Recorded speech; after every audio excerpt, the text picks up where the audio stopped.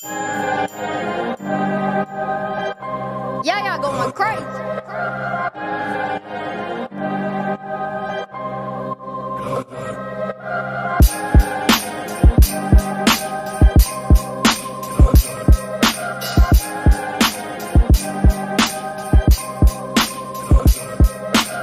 Black lives, baptized in the pool of fire with no new desires. Change is coming, your truth expire. Look what you inspire.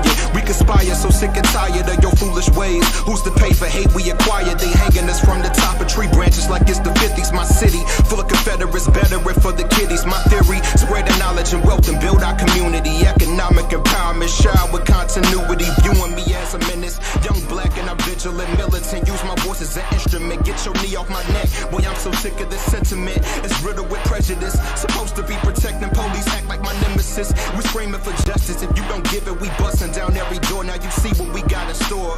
We televised the revolution. Try to come to best solutions. You will never listen. Need equity for my restitution.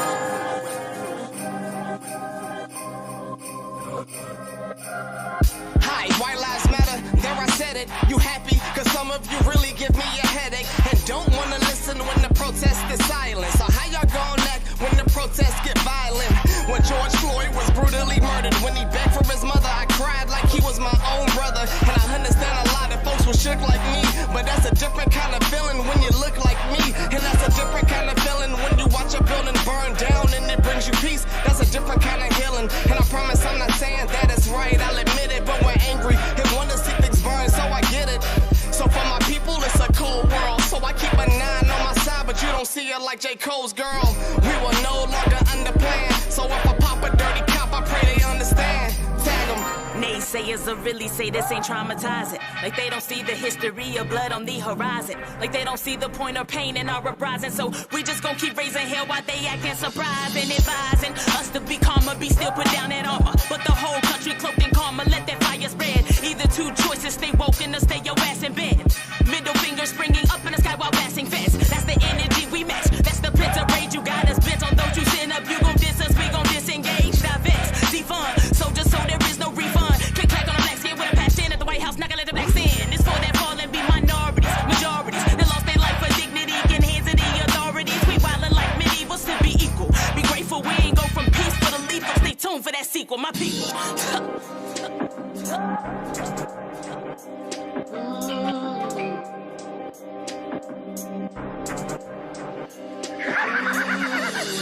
Dear whites, can you hear us loud and clear, whites? Is this hip-hop too much for you grabs beer whites? Holy cow, strangle them up. You stop and stare, whites. Mortal Kombat and the struggle is not their fight. Why nobody got no vision no more? CGI's on Call of Duty got no missions no more. We did it before, they did it, have a different resolve. I hope you feel that fucking way with niggas kicking your door. Look, you always ask me if I'm G, today I got time. Riot shields, me and monotones, that's a hotline. Kill your people, not mine. Send me bro and drop downs, bitch. The protest and duck and rubber like it's bath time. I fucking hate it when I see the police. I'm vegan, I ain't dealing with no pig or no beef. The whiter skin, the flatter the feet. So I only wear docs, cause black souls is what you feed the police. Look, I'm black forces, I'm black power and black people. Skin black, hair black too. Black is the blackest evil. I'm black as big lips, gold teeth. I'm black as Jesus. Video the birth of my son and call it Black the Sequel. I'm black as Bernie Mac jokes. That mean I'm black and loud, black and proud. Big drip, get them wet, I'm the blackest cloud. I'm black as slave soul. Black as the bodies of panthers under them gravestones. Black as them niggas in trees. Black as Martin getting beat in the streets. Black as murder by the hands of police. That's why I'm black in the streets. And I'll be happy when I'm black and I'm free. Until then, I'm gonna be black as can be. Peace.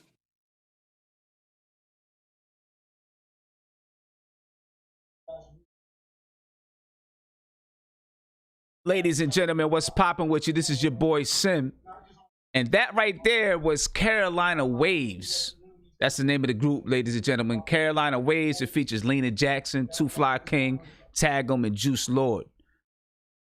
So when you get a chance, make sure that you go on Twitter, Instagram, wherever. Check out Carolina Waves, ladies and gentlemen. And listen, we're going to go ahead and get started right off the top. I got my man Polo, Marco Polo in the chat. And some of the other people that's going to join us in the chat. You know, take your time getting in because we got a special guest with us right off top. We got a special guest with us. So I'm gonna bring these guys over All right, and then we can go ahead and get this thing on the move. All right, so let me get these guys in here. So we got Marco Polo Vision. Marco, what's poppin' with you, brother? How you feeling? We out here, you know. I'm putting this work. Shout out to the front stoop. Shout out to Buckshot, a Black Moon, Duck Down in the house. You already know. No doubt. You know what I'm saying? That's what it is, baby. We got Buckshot here. And I'm gonna get my man unmuted so we can go ahead and have a convo with us.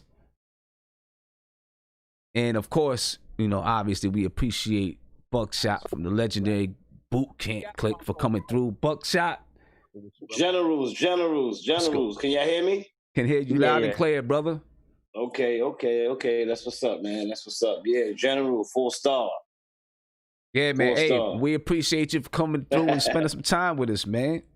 You know what I'm saying? It's an honor. I appreciate you. Thank you. I appreciate you having me, man. I mean, this is a big thing. Like I said, you know, I want to say what's up to my good friend Evelyn. She's a close friend. So it's a pleasure for y'all to have me.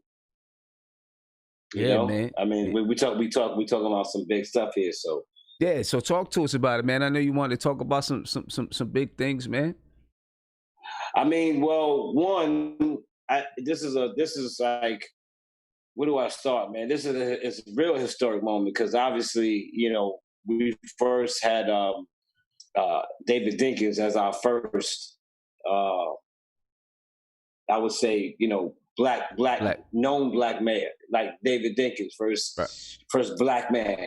Like that's number one. Number two, now we got a brother from Brooklyn who's running right now. So I'm covering it from every direction. I want the world to see it. I don't just want New York to see it. And I don't want it to be a New York event. I want it to be a worldwide event. Like damn near, he was running for president. You know, I want it to be a worldwide event that everybody out there knows that Mr. Eric Adams, the Brooklyn Borough president right now, is running for mayor. He's a Brooklyn Borough president.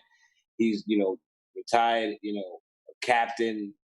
You know, he's been his power is law enforcement because he came from the bottom and rose to the top. You know, he's put in every order of discipline, everything you need to make it to the top. He's manifested those things. So obviously he's there. And I think that's a big issue. Now, number two is really our culture, man. It's time to address our culture, and the first thing to do is address the brothers our age, from my age bracket, you know, down. Because I'm not here to try to give the youth a quote unquote lesson, because that's not how that's not how you teach. You don't bring a college teacher into a kindergarten class and expect them to learn, or first grade or second grade or third. No one's saying that, you know, our young brothers is as smart as kindergartners, but as comparison, it's just not, you know, it's a similarity, and that's not what you do. You don't do that. Yeah, so I mean, black on black crime is our cult. They call it black on black, but it's black on brown. It ain't black on black crime. I know everything has to have a label in order for your brain to give it a recognition. It's a time, place, you know, when and where, how and what. Your brain needs to define it, like any other symbol that you grew up with, learning, like your ABCs and 1, 2, 3s. So until we do that, you know, your brain will be confused. So they call it black on black crime, so we could zero in and say, oh, okay, that's what it is, because it's in the black community, right? But the bottom line is, when it comes to that side of crime or whatever, now we get down to responsibilities, consideration, and attitudes. So we got two separate things going on. And the fifth on that would be what we in our own culture call, let's keep it 100. Let's keep it real. And if we could do that, then we'll get over the hill. But until then, it'll just always rubber band right back to us. Because, you know, you understand? Because we've made letting go of certain things a culture. And once it becomes a culture, it becomes cool. So every era has its culture, and every era has what we consider being cool. But that's based on the fact that we make it that way. So we got to start there. We got to get rid of that because it's not cool no more. I just heard of another brother from I think it was from Chicago. I just another person that's dead, shot. You know what I'm saying? Down. But he died as a result of something that happened in the streets. It made everywhere. It made the news and everything like that. But it's like, come on, the little kid the 1-year-old that got shot by and due to the shootout that wasn't even meant for him. That's in our pockets. That's in our pockets. That's in our culture, and we got two separate issues right here. We can't say we got one. We got two separate issues. We got man up and we got stand up. Yeah, because listen, gun violence in New York City right now is intensifying immensely. It's nothing immensely. like it's not gun violence. Like that's what I'm saying. It's like you said, it's nothing but saying, yo, the little homie. See, they don't want. Let's establish one thing first and foremost, because until we do this, we'll never be correct, right? Let's speak our language. Let's speak our language publicly. See, everybody else do. But culturally, we don't speak our language publicly. We call it slang. And we very rarely speak it publicly unless it's just us around. Right. And that's normal, but it's time to let other people hear that we're just talking to each other. And we're not necessarily trying to speak for everybody when we're talking to someone, which is we're talking to each other. Now, everybody else can witness the conversation. But we're talking to you, little homie. Like I'm talking to you now. I'm letting you know. We say gun violence. It's like, dog, no, real talk. You didn't have to go do that. Like you didn't have to go do that. But what you didn't consider was consideration. So you didn't consider what was going to happen to the person you shot, his family, his moms, your moms, the fact that your mom's got a person who's on a run now. Your mom, your sister, your brother, your family, whoever's on your side, I'm talking the shooter. You were so mad and you were so in a rush to prove a point that I'm that dude or that, you feel me? Back in our days, we used to say nobody could test me, blah, blah, blah. I mean, you didn't have to go that route. There's other routes to go on both of y'all behalf. But the fact that you may have felt like there was no other route for you to go because you've reached the climax, the apex, or you've reached the limit where you're going to show this mom.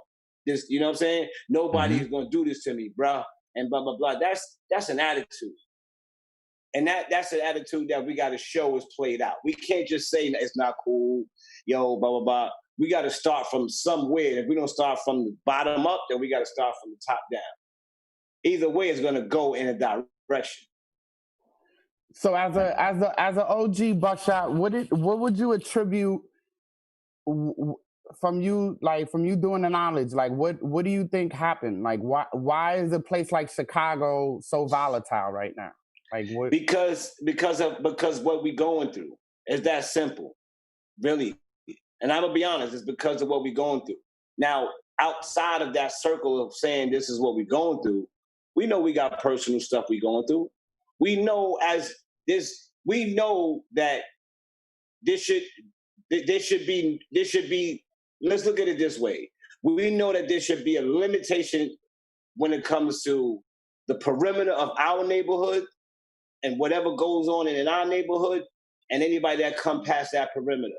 Then it becomes over obvious that, all right, now we got to go there, right? But then at least if we go there, we all go together. Right now, of course, it's out of control. Cops are scared to step to people to do whatever they do.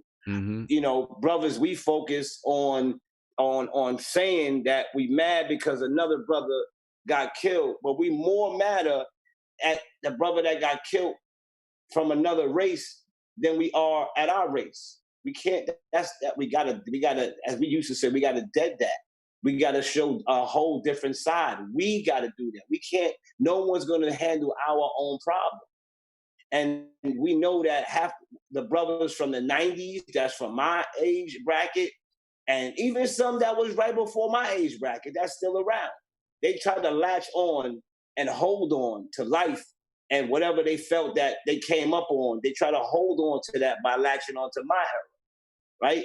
And my era had the same principles about I'm not going to be out of style, played out, not cool, not considered. I'm not going to not be that, so by any means necessary, even if it means to try to hang out with the dudes that's from this era.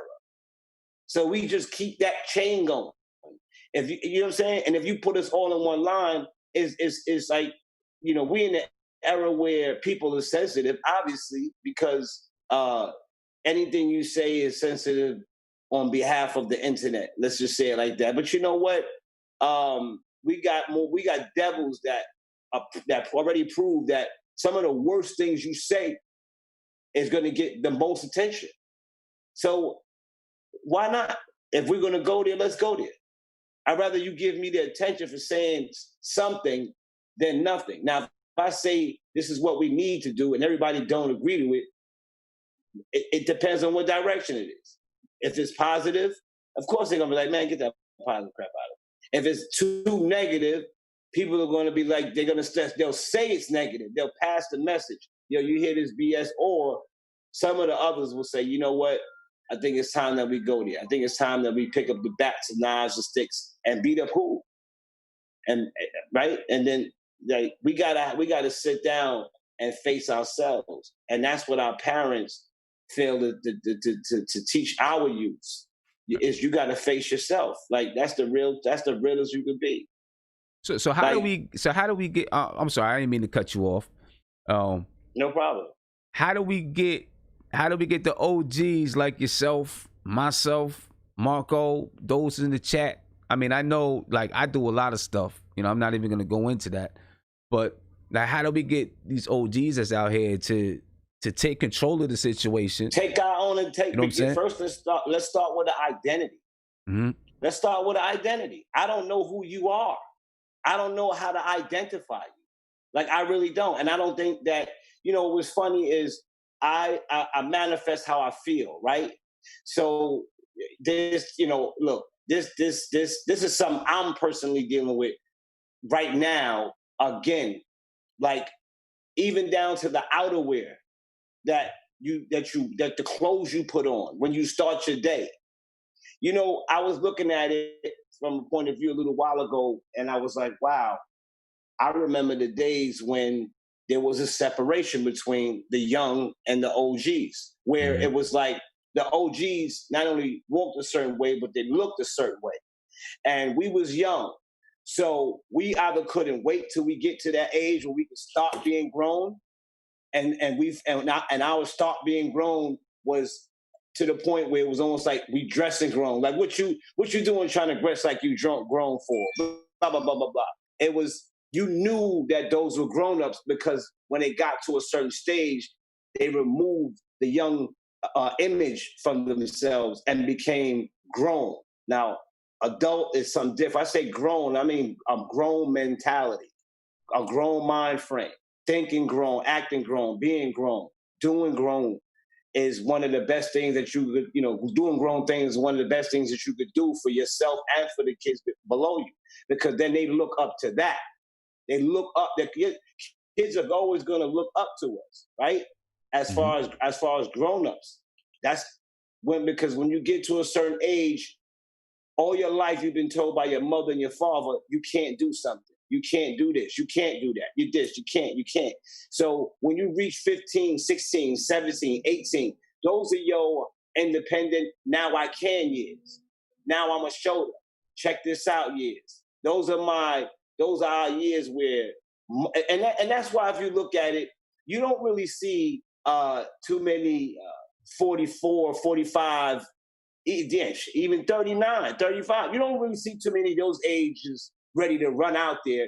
You may see a small amount of them, but you don't really see the majority of them ready to run out there and bust their gun like a pack of teenagers. And if you look at most of the people who that's caught in the black on black crime, most of them is around those ages. the ones that are not around those ages are the ones who are older and want to stay around those ages. Right. So it really becomes okay. And it's because once again, the ones my age, you know, you're doing it because, you know, if it's only going to be able to retaliation was going to be respect. It's the retaliation or respect. Those are the two arms that's going to make you do what you just said, quote unquote, gun violence. Like gun violence. Like, what would you do if we had no guns? What would you do? Mm-hmm. I mean, is it a must that person dies that much where I mean, if it gets to that point, you got to check yourself. Because at this point in day and time, dog, there's cameras. You're not even living like you lived back in our day. There's just cameras everywhere. When you shoot and kill a little nigga today, you asking to throw your life away, right? Which might be cool from the point of view of the person who's doing it, because they're like, I don't got nothing to live for anyway, yo, bro, whatever. We said, yo. Today they say, bro. It's the same thing. Non-consideration. No, I don't care. I don't care. If I was to stop you right before you do that, take that gun out your hand, hold your hand, be like, yo, and try to talk to you. 9 times out of 10, I would probably get some reactions like, I don't care. I don't give a damn. I don't care. All those is cool because that's at least you keeping it real, telling me you ain't considering nothing. I ain't considering my mom's trying because she got to come visit me. I ain't considering my sister because she might have nothing to do, so she can't, she might have too much to do, so she can't come visit me and bring me money. My mom's is breaking down, crying, and every time because, or my brother, or my father, whoever raised me, now they're breaking down, they crying because they like, why did you have to do that? Why this had to happen? You just disrupted a pack of lives just on the fact that you didn't care, or you didn't care enough. You wasn't considerate enough. You didn't say, hold on. I could do that, but your real talk, it ain't even worth it, bro. Because you know you've been in those positions sometimes when you feel like it ain't even worth it. You know you did. Yeah. But there's those, you know what I'm saying? You know you did. Let's keep it 100. And right. And then once again, for the ones that are going to tell me the same old thing, right? What is the same old thing? I don't vote because they don't care. They don't even care about it. My vote don't matter anyway. Later for that vote. That's when it comes to the vote. Then it comes to, man, listen, I ain't trying to hear all that crap, OG. You can tell me all that crap, but it ain't like you did nothing better for your life. Why are you still in the hood around me trying to tell me better things to do when you still stuck here? And the people you trying to tell me what to do better for, they don't even care about you because you here with me. So why would I listen to you? I'm trying to get over the people who keeping you down. So I'm going to do whatever I feel like I got to do because you ain't get it done and you ain't doing it. Because if you did, you'd have shown me by example. So Buck, if I'm a young person right now and I grew up, under hip hop culture and I see you and I'm like, yo, Buck, why are you so passionate about Eric Adams? Like, what would you tell me to motivate me to vote for Eric Adams? Because I would say right now we ran out of excuses. Like, you understand what I'm trying to tell you? We ran out of excuses. They're gone now. You when I say excuses, keep in mind, I'm not talking about the white on black crime. I'm not talking about the racist crime. That's on my left. That's a separate issue. Like what I'm talking about is black on black or black on brown now, however they want to try to stay safe. The bottom line is, my little dude, we got no more excuses. We got it now. Whatever we wanted, this is our chance to shine. It's almost like somebody giving you a record deal, and now is your chance to put out that single and show people that it's either good or it ain't good enough. This is the time right now. We got a brother from Brooklyn who grew up. Look. If you're gonna find, what's funny.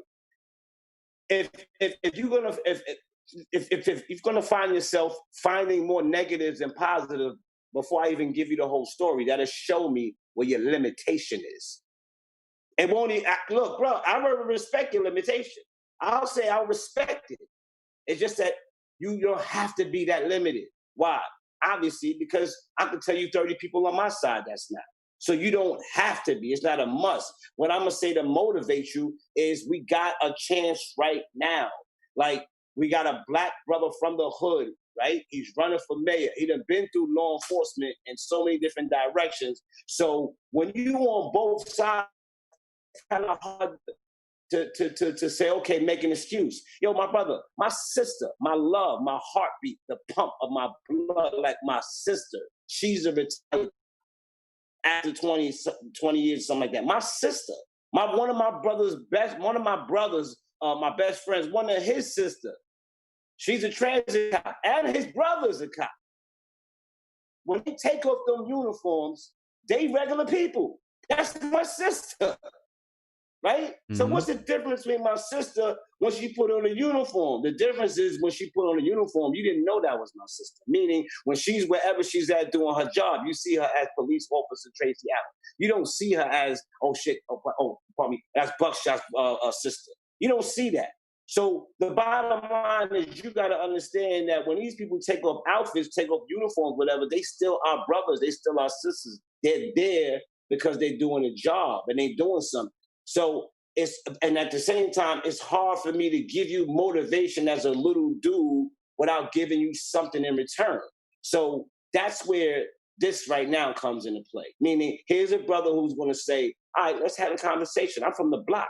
So you can't talk to me politically like you could do Donald Trump and all those other politicians and all those other crap. They got their language. I don't speak Spanish to a Russian because they'll never understand me. You understand? So we speak each other's language. Ain't no more excuses. You can't tell me you had to do that. You understand? If I keep letting you do that, there'll be no more y'all left. I mean, it's enough. We can't, as OGs, keep watching y'all die. I'm the owner of Duck Down Records. You know, it got to a point where I was saying, I can't even sign these new artists because every artist I sign is either dead or in jail. Yeah.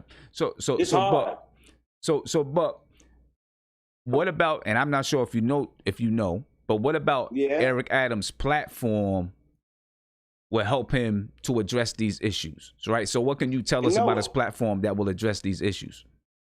Well, when people go, just, give yourself a couple of days to let it sink in. When people go to Eric Adams, 2021.com, what people are going to realize is that that's our platform, that he'd be heard and to be spoken and to speak. And we got what we asked for. We got it. When we get what we asked for, a lot of times it's still not enough. It's like when they get to that point, that means, bro, you really listen. We got what we asked for. We got somebody that's going to represent us in the way that we ask him. This whole thing is about Black Lives Matter, black this, black. All right, so now that we got a black person who's a borough president, he's a borough president. That's not easy to achieve. He was in the Senate. That's not easy to achieve. He was the police officer captain, a retired captain, for all these for years. That's not easy to achieve. This brother done got spat on from the police. He from the block. He from the hood. He been around rolling up. He been around brothers burning trees. He been through all that. What more is it going to take to give you an example for you to choose from? I mean, if you would like me to choose you, well, then give me the reason that I should choose you. The same way I'm giving you the reason why you should choose him. Because these are all of the work. This is all the work that he put in. The same way us as rappers, we put in work. All right, that's what he does. He put in work. Now, what did you do? Because I want to put you in, little homie. And that's the reason why when I signed these artists, my last artist that I signed was Young M.A. Right? Before that, we worked with Joey Badass and Pro Era. Right? Before that, we had Kids in the Hall, Smith & Wesson, Black Moon, Sean Price, Helter Skelter, da-da-da. All these artists, we got them when they were young, you understand? And I gave them a platform to be heard and to be felt because I said, these brothers is really trying to take their life into another direction. They don't want to just shoot up the block to prove that nobody can test them. That's played out.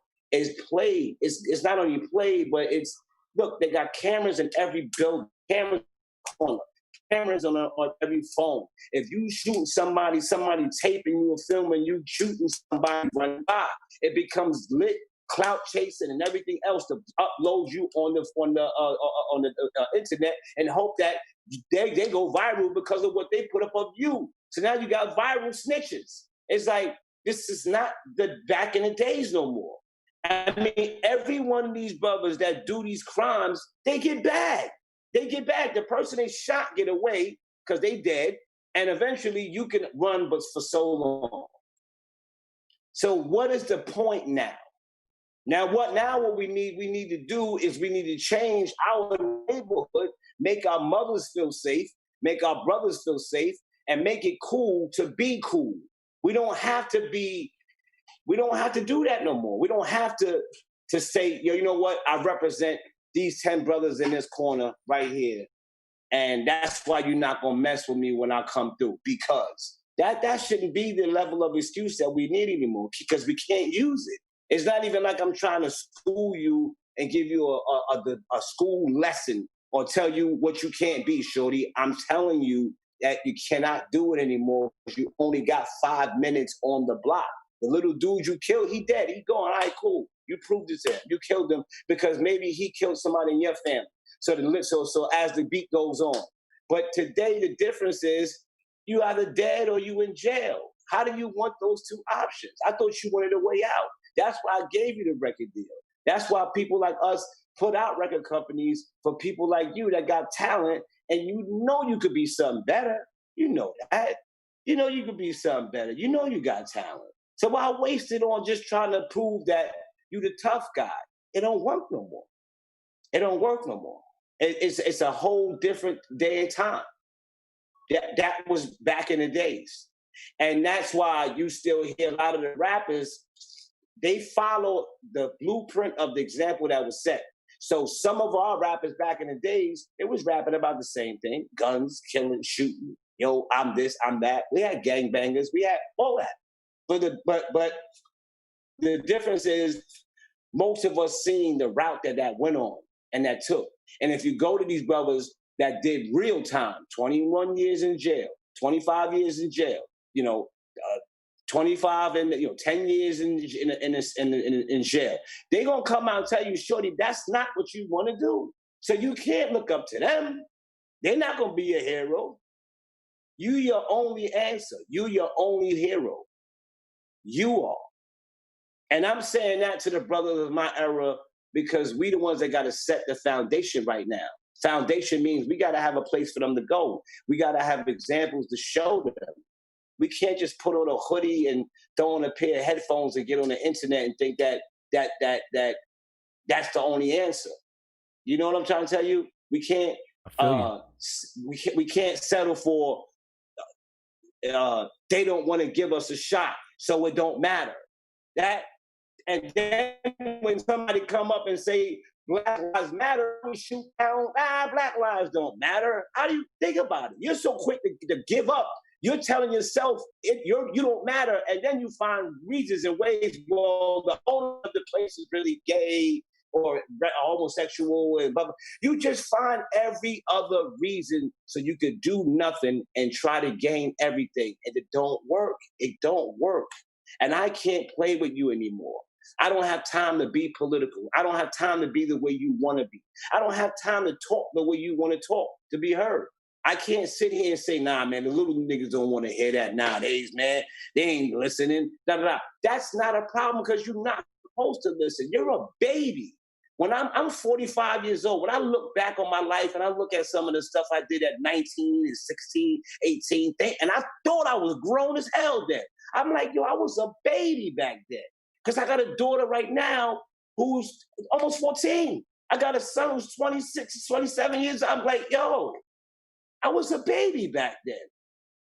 Yo, Buckshot, now that we see, first of all, we see you in a button down, right?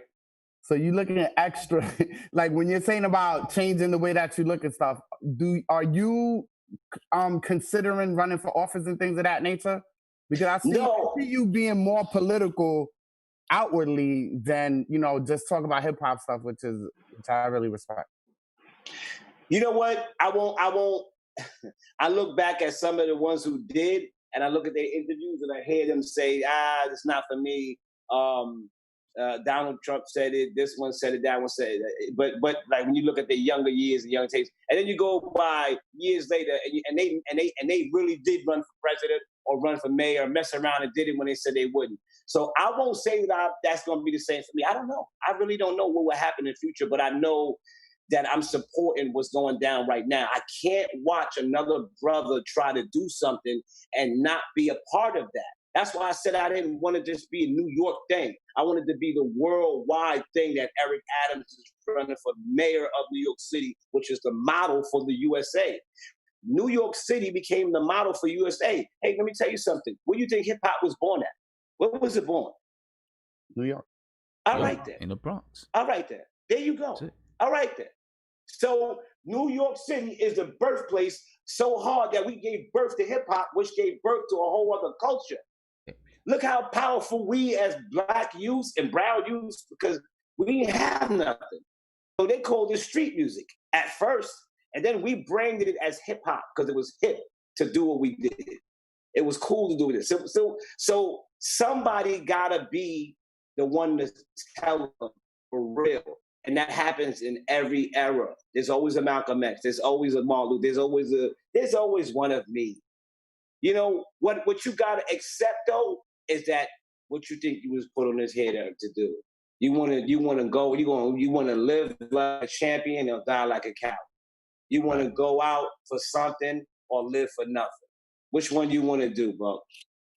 Let me ask you, you know, as hip hop grows and gets older, artists are getting older, like, you know, you got OGs in the game, some still making music, some moving on to other things. Do you see hip hop artists, more artists, like really moving into politics, local politics? Scarface, he ran for a position out in Houston, right? Do you see that? Yes, I do. And that was the one last place that they did not want us. They didn't want us in politics because they knew that now the jig is up, right? Now you can't say fancy words like, you know, habeas corpus and the legislation, and you know, and the House of Congress works this way, and are you working with the Congressional Black Caucus, and all this stuff that kids in the street don't know nothing about. We don't know none of that language. That all sounds like a bunch of crap to us, and that's why it is and becomes a bunch of crap to us. And the ones who wind up voting are the ones who are a little bit older, and it took their time to understand some of these things. Now, the younger ones took it because that's just a career that they prefer to go into, and they wanted to do that. The older ones, it took them the experience through the years to say, oh, now I know what that is, blah, blah, blah. So that's the church lady. You know, that's the lady, that's the boy in the guy that work in the corner store, or the man that got to work in the laundromat. These are the older people that's gonna already vote, right? So he said, why won't you speak to these young kids? Let me tell you something. You know that Bernie Sanders got on the map, not just because of the Democratic and Socialist Party, because a lot of people don't even know what that was.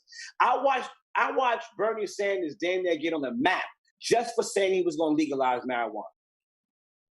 That was it. That was one of his biggest known. I watched him blow up just because he said he was going to legalize weed. I'm getting straight to it now. I ain't know where to run. Like, I watched the brothers do that. Once he said that, we automatically felt the connection to him. Bernie Sanders. People don't know nothing about Duke Grip. Let's be honest. But when he captured the voice of the youth because he said, I'm going to legalize something that is in your culture that y'all don't do to try to be negative. Y'all don't try to destroy the hood with it. Y'all don't try to demonize cultures with it. Y'all don't try to, this ain't no weapon. This is just weed. But because of this one little bag of smoke that I got that I'm trying to, relax myself with, and now y'all call medicine, this one little thing that I'm trying to do and chill, you bothering me. You picking on me just because of this one little thing. I had no problems 5 minutes ago, but now you ran up on me, and now you done clicked and clapped and huffed me, and marijuana became the catalyst to that. And then it was like, come on, man. Look, bro. We did listen to you. You can't say put the guns down and that be the only answer, because that ain't the only problem that turned me up. Do you understand? You can't keep saying that. We put the guns away. Y'all got guns legalized and on the shelves. Our guns is illegal only because of the way your laws is, where we at. And the places where guns are legal and we still going through it and still dealing with it, now you got both them together. You understand? Now you got the white cop that's going to step to the young black dude who really had no problems 5 minutes ago, but because the cop just stepped to him over a small, I smell marijuana inside the car, pull over, like whatever it is. Like, this was something not small. It's like it's gotten beyond their control now. Now we're going to implode. We're going to implode, and you're watching it unfold right in front of you. Right? Yeah. Because now it's time for us to get a piece of the pie, though. Now it's time for us to get a piece of the pie. Before it implodes and blow up, now it's time for us to get a piece of the pie. Because people don't realize, go on the internet, right? Go on the internet, everybody tonight, and check out something called America, the Great Divide. It's a PBS special called America, the Great what is it? The Great Division? The Great Division. It's Donald Trump telling you, Donald Trump's head presidential manager telling you that he was the head management for the whole campaign. He dealt with everybody. He dealt with the writers. He dealt with the voices. He dealt with everybody. He was the head. He was the campaign manager, the head of the whole thing. His name is Steve Bannon. He literally tells you. He tells you our goal with the presidency campaign was to divide America. You can't get no better than that. Than a person telling you my tactic was to divide y'all. And it worked. Look at him. That's like a guy saying, y'all about to rob the bank, and he went up there, robbed the bank, and got away, and you let him get away. And he told you I'm robbing the bank. I hear you, man. Hey, Buckshot, I really appreciate you coming through, man. We got a couple other people we got to get on. Thank you for having me, man. But let's put out, if we can, let's put the same way we put all of our attention to Trump and everybody else and all this other stuff. We as black people, our black coalition, let's talk to Chicago and tell them, y'all gotta chill, Chicago. For real, it don't make no sense. I don't care what we gotta do. Shorty, you tell me what you want. Tell me how we gotta do it. But Chicago, Detroit, y'all bodied each other out there by the pounds, my dude. And we can't, this ain't got nothing to do with white America. This ain't no white boy telling you. This is Buckshot from the block. I'm asking you not only to tell me what is it going to take for it to stop, but let me work with you on that and work with me. You need me to give you a record deal, I give you 20. But it's going to take something. I don't want to see y'all getting killed out there in Chicago no more. And in New York City, we not letting it happen no more because we bringing in Erykah Adams as the mayor. We're doing that. All right. Hey, Buckshot, I appreciate it, man. Anytime, thank you, you know what I'm saying? Anytime, just reach out and, we got you, man. Oh, man, thank you. It's a pleasure having me, brother. Y'all brothers be safe, man. All right. Buckshot, appreciate you, man. Thank you for coming through. Everybody remember we got the Sean Price tribute this Saturday, right? Sean Price tribute this Saturday. You know what I'm saying? August 8th. Make sure you're out there. Again, if you respect Sean Price, I definitely will see you out there, man. So y'all brothers be safe out there, man. Word up. We got too much problems as it is. Let's not hurt each other, man. We can't, you know what I'm saying? Y'all brothers be safe out there. All right, man. Definitely. You too. Peace to you, brother. All right. Peace. All right. The video chat is open for, those guys who claim that we try to lock them out of the video chat. You know what I'm saying? The video chat is open. You can see it on the screen. I just unlocked it. Big Freezy, Gammo, you can jump in here, but you know what I'm saying? Had to be in a little bit early tonight. You know what I'm saying? It just happens that way sometimes, but you guys can join us. Erykah Adams, he's supporting Erykah Adams. I did want to ask him, I was going to ask him how much he might be involved with the campaign, but we might get into that next time because we got some other things we got to get to. So we might as well get to it. We might as well jump to it. You know what I mean? I mean, good, strong, positive message from Buckshot. We appreciate him for coming through. But now I guess this is the gossip portion of the show, Marco. You know what I mean? This is the gossip portion of the show right here. I know that you heard everything that's going on with Jaguar Wright and the Roots and Common and Jill Scott and Erykah Badu and all of that, right? I know you heard it. What did you think about it, Margot?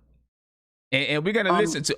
Well, actually, before we even get into that, let's go ahead and listen to what she said about Common, and then we can go ahead and break it down and talk about it. We'll take a couple phone calls because I definitely want to get people's.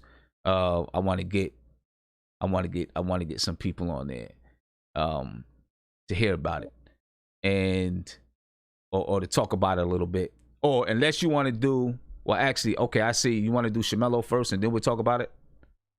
I think Mickey Factz said he was good for 10. I think we could bring Shamello and Mickey at the same time. Because Shamello is knocking right now. Oh, so let him in. Let him in. He's knocking right now. So we might as well go ahead and do this, and then we can get to that. Then we get to Mickey. Shamello D. What's going on, man? Unless you. Marco, man, you want to go ahead and introduce Shamello for us, man? Yo, Mello, I think your mic is muted. Yeah, let me send him a. Unmute it again. And then we can get to that. Mickey. All right. Yo, if somebody playing, if somebody's playing a YouTube, I think we got to mute man. Unless you. Yeah, somebody's got it playing in the background. I can hear it. Shamello for us, man. Because it's gonna be like a little. No, I think your mic is muted. Yeah, somebody's got it playing in the background somewhere. Unmute it again. Is it me? That might be Shamello. All right, okay. So there we go. I think it was Shamello. Maybe he had it playing in the background. So we over here. I want y'all to give a nice welcome to my man Shamello D. Shamello's a super producer. He produced the song "Poison" for Belvin DeBow. He produced "Put Your Hands on My Eyes Could See" for Busta Rhymes, along with a whole bunch of other songs. And he's part of the Producers Coalition that's made a lot of classic records, also including Annie Up. So I want y'all to give it up for him. He has a song coming out with Dinko D from Leaders of the New School. And we want to talk to him about his new music because he makes beats and he got bars. Yeah, he got some bars on the track. I heard it. He got some bars on the track. Busta Rhymes, along with a whole bunch of other songs. And he's part of the... So, are you listening to YouTube? That's made a lot of classic records. It's not me. I'm a mute. Let me know if it stops. It stopped. Yeah, I think it's you because it stops when you mute. So I don't know. Unless he has it. Close all the browsers. Maybe he's on a browser that you don't see. Maybe he's on a browser with. Nah, he's not on a browser with us. Just tell him to turn off. You can just cut off YouTube then, or whatever browser. Because if he's has Zoom, it'll work. Yeah, like you could just look at us through Zoom. How's that? Yeah. There we go. That's good. Yeah. So Mello, you got a new song in the works. Yeah. What's the release date for that? We're gonna put that out in the middle of August, probably like the 12th. It's me and Dinko D. Right now, we're just running around having a good time promoting it. It's for me, this is the fun time of my career. I've been making records for 30 years. So, me and Dinko, we've been friends. We started together in the business, Leaders of the New School of my brothers. I was blessed to be able to produce Put Your Hands My Eyes Can See for Busta Rhymes with my partner Buddha, Epitome. It's been a fun ride since then, but it's been a roller coaster. And now that we're in a specific time in history, I just wanted to put my input in and kind of speak to not only the youth, but people of our peer group and just let them know that we still are here and we're still talking, we're still hip hopping, but we are still accessible to the people, you know, and that's really the main thing. By putting out these pieces of work, it allows us accessibility to those other artists, those other individuals, those other people that are involved. We're all involved in this pandemic and in these racist struggles. And, you know, I'm just trying to make sure that we all have a voice. And I speak best through poetry and through music.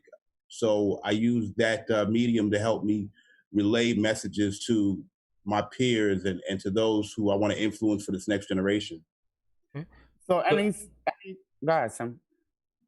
Yeah, I was gonna ask you. Could you tell us about you were talking about your poetry and the way you want to speak to the youth. Can you tell us about your Ghetto to Greater store? Yeah, this is my newest piece of art, from Ghetto to Greater. It's basically an autobiographical account of the ups and downs and some of the emotions of being in the hip hop industry and also being a civilian and just navigating life as a Black man from a depressed area and using the resources that God has made available to us to get out of bad situations and also using that time and those resources to assist other people. I actually met Marco Polo in my journey, and his tenacity as a young artist is the kind of thing that I support and stand behind. And it's something that's always driven me to continue to do this work that I do. And watching people like Marco evolve into men, that's really what I do this for. And I've been able to successfully help out a lot of artists throughout the years. I've even worked with Buckshot. We've done a couple of records. I did a record on Boot Camp Clik album called Whoop His Ass with Rufus Black on the chorus. So, I've worked with a lot of hip hoppers, especially golden era type artists, even on down to P.D. Pablo, whose first album, me and my partner Buddha executive produced. And we're just using this medium to talk crap, man, to talk that we talk when we talk. Yo, real quick, right, guys? I got to tell this story real quick because this is one of my favorite hip-hop stories. So I used to be hanging out in front of Sony Studios. I used to fucking spend half of my life there in the early 2000s, mid-2000s, where I was just trying to meet people and just basically trying to get heard. And, I've met everybody, And one day I was hanging out, I was smoking weed, and then an engineer was like, yo, you want to smoke weed inside? I got weed, you got weed, let's smoke. I was like, how fucking yeah, nigga, I've been out here all fucking night. That's a good idea. So we went in the room, we went in a B room in Sony Studios right there on 54th Street. And Mello just walked in. God just made it happen. So Mello just walked in and the guy is like, yo, this guy, he done this and such record. And I was like, fuck that, man. I'm trying to get on. I say, yo, Mello, can I rap for you real quick? And I had a song over Kanye West beat. And I just rapped my heart off. I was like, yo, this is my opportunity.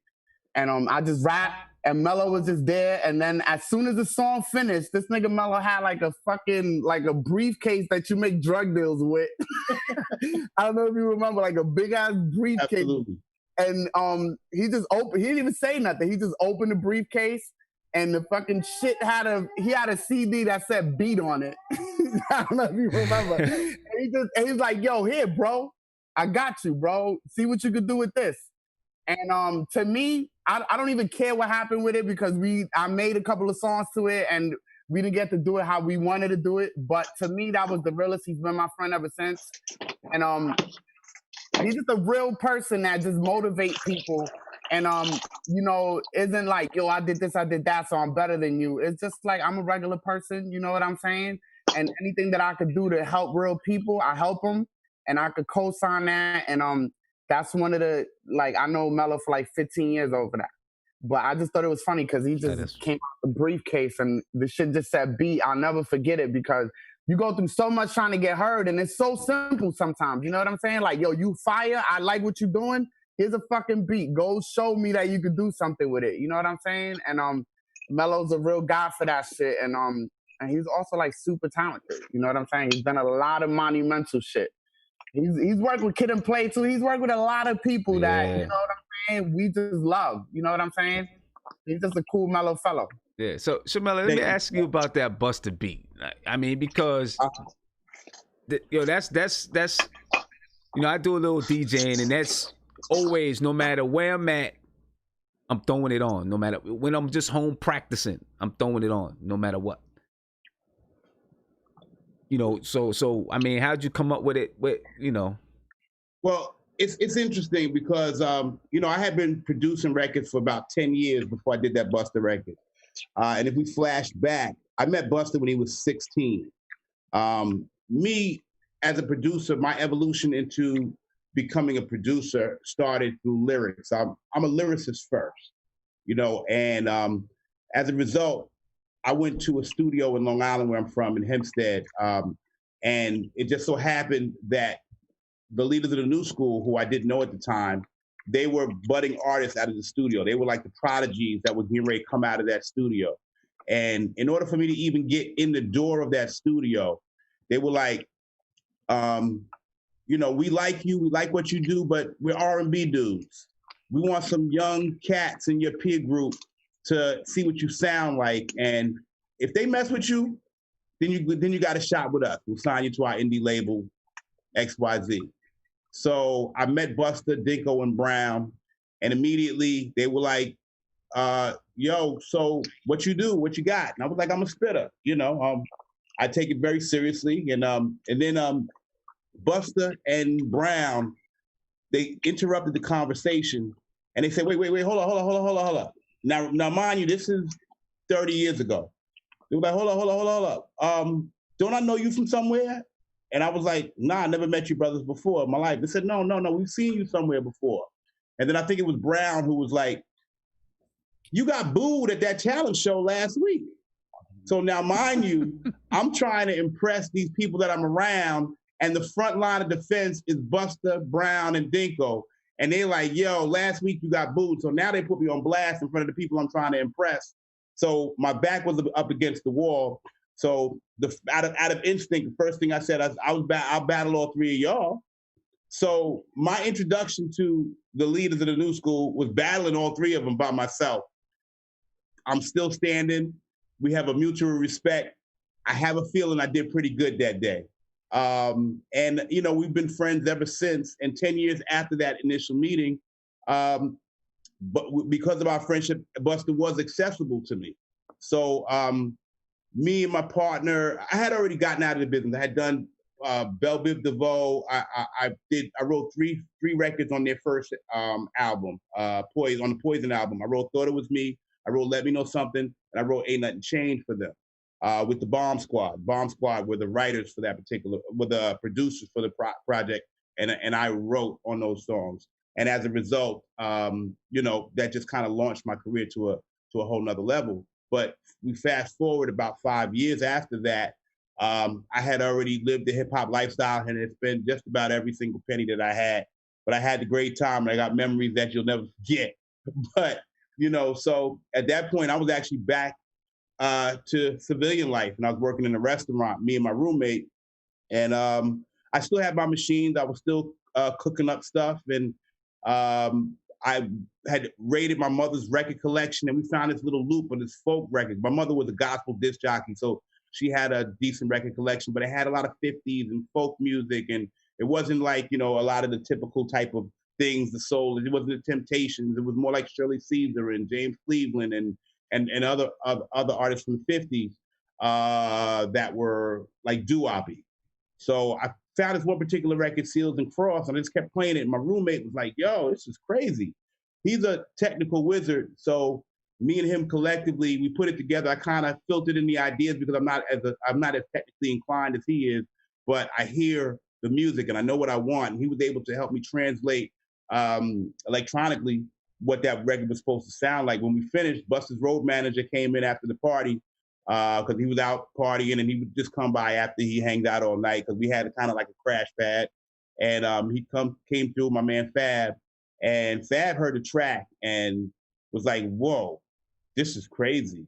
He said, I'm taking that to Busta ASAP. So I was like, yeah, whatever. I was already kind of beat up from the game. I had made a lot of money, lost a lot of money, and I was very pessimistic about the industry itself. So, I was making my money at the restaurant. I was living a decent existence. I had no real exterior complaints.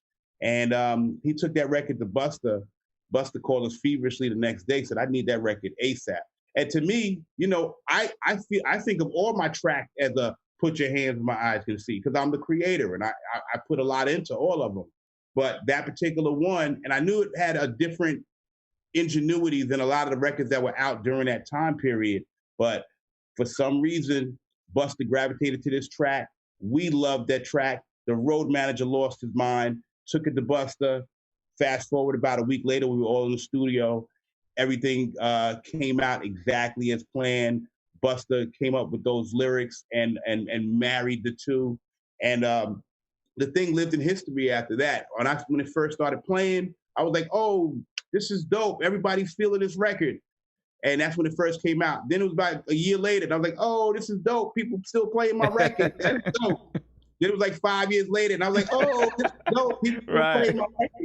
Now it's 30 years later, and I'm in a club full of young cats, and I'm in the corner hiding out because I'm probably the oldest person in there, sipping on my Moscow Mule.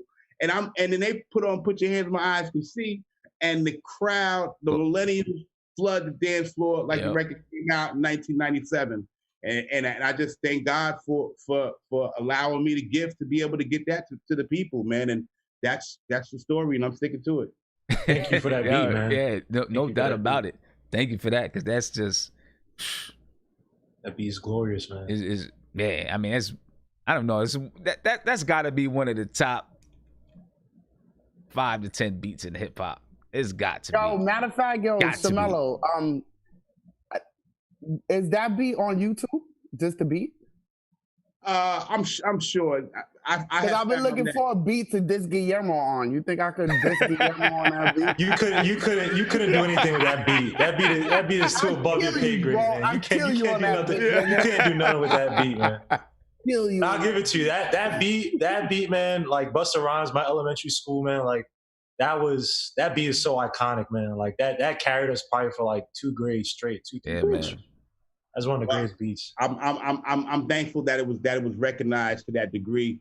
And like I said, I was a pessimist. I was already beat up, and when it just kept elevating and plateauing to where it is now, it was an honor for me, and it's still a dream come true. To have and I've had a few records that people have heard, but that one record in particular kind of helped to reopen a lot of doors that had closed on me when I kind of ran away from the industry.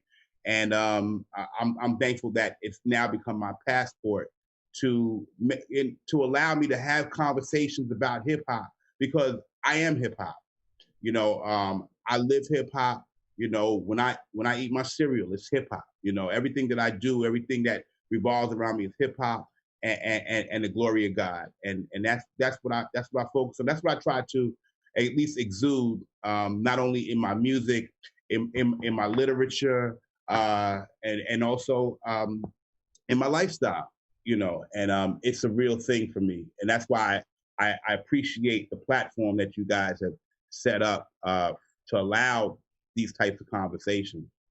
I have a question. Sorry, can I just ask one question? No, go ahead, man. It's a producer question too, because I think somebody, such as yourself and many other producers, all my favorite producers are from back in the day. But I will say this: you did mention one thing, that you listen to your mother's records, and I'll say, when you compare some of these new producers today, right? You can't sample as much, right? You kind of have to be. They don't like you guys have had a foundation where you can kind of, I won't say cheat, but use your parents' records to get an idea of music theory, right? So even if you don't want to make a song like, like a Rick James type of, you didn't want to make that song, but you heard something in a beat and you're like, damn, no, I could cut that up and flip it, right? These younger kids, they have our music now or whatever, but they basically can't sample as much, right? Because obviously copyright, and, they don't want to pay as much, blah, blah, blah. So, what are some of the positives and what are some of the negatives you see in some of these newer producers who don't have that same foundation that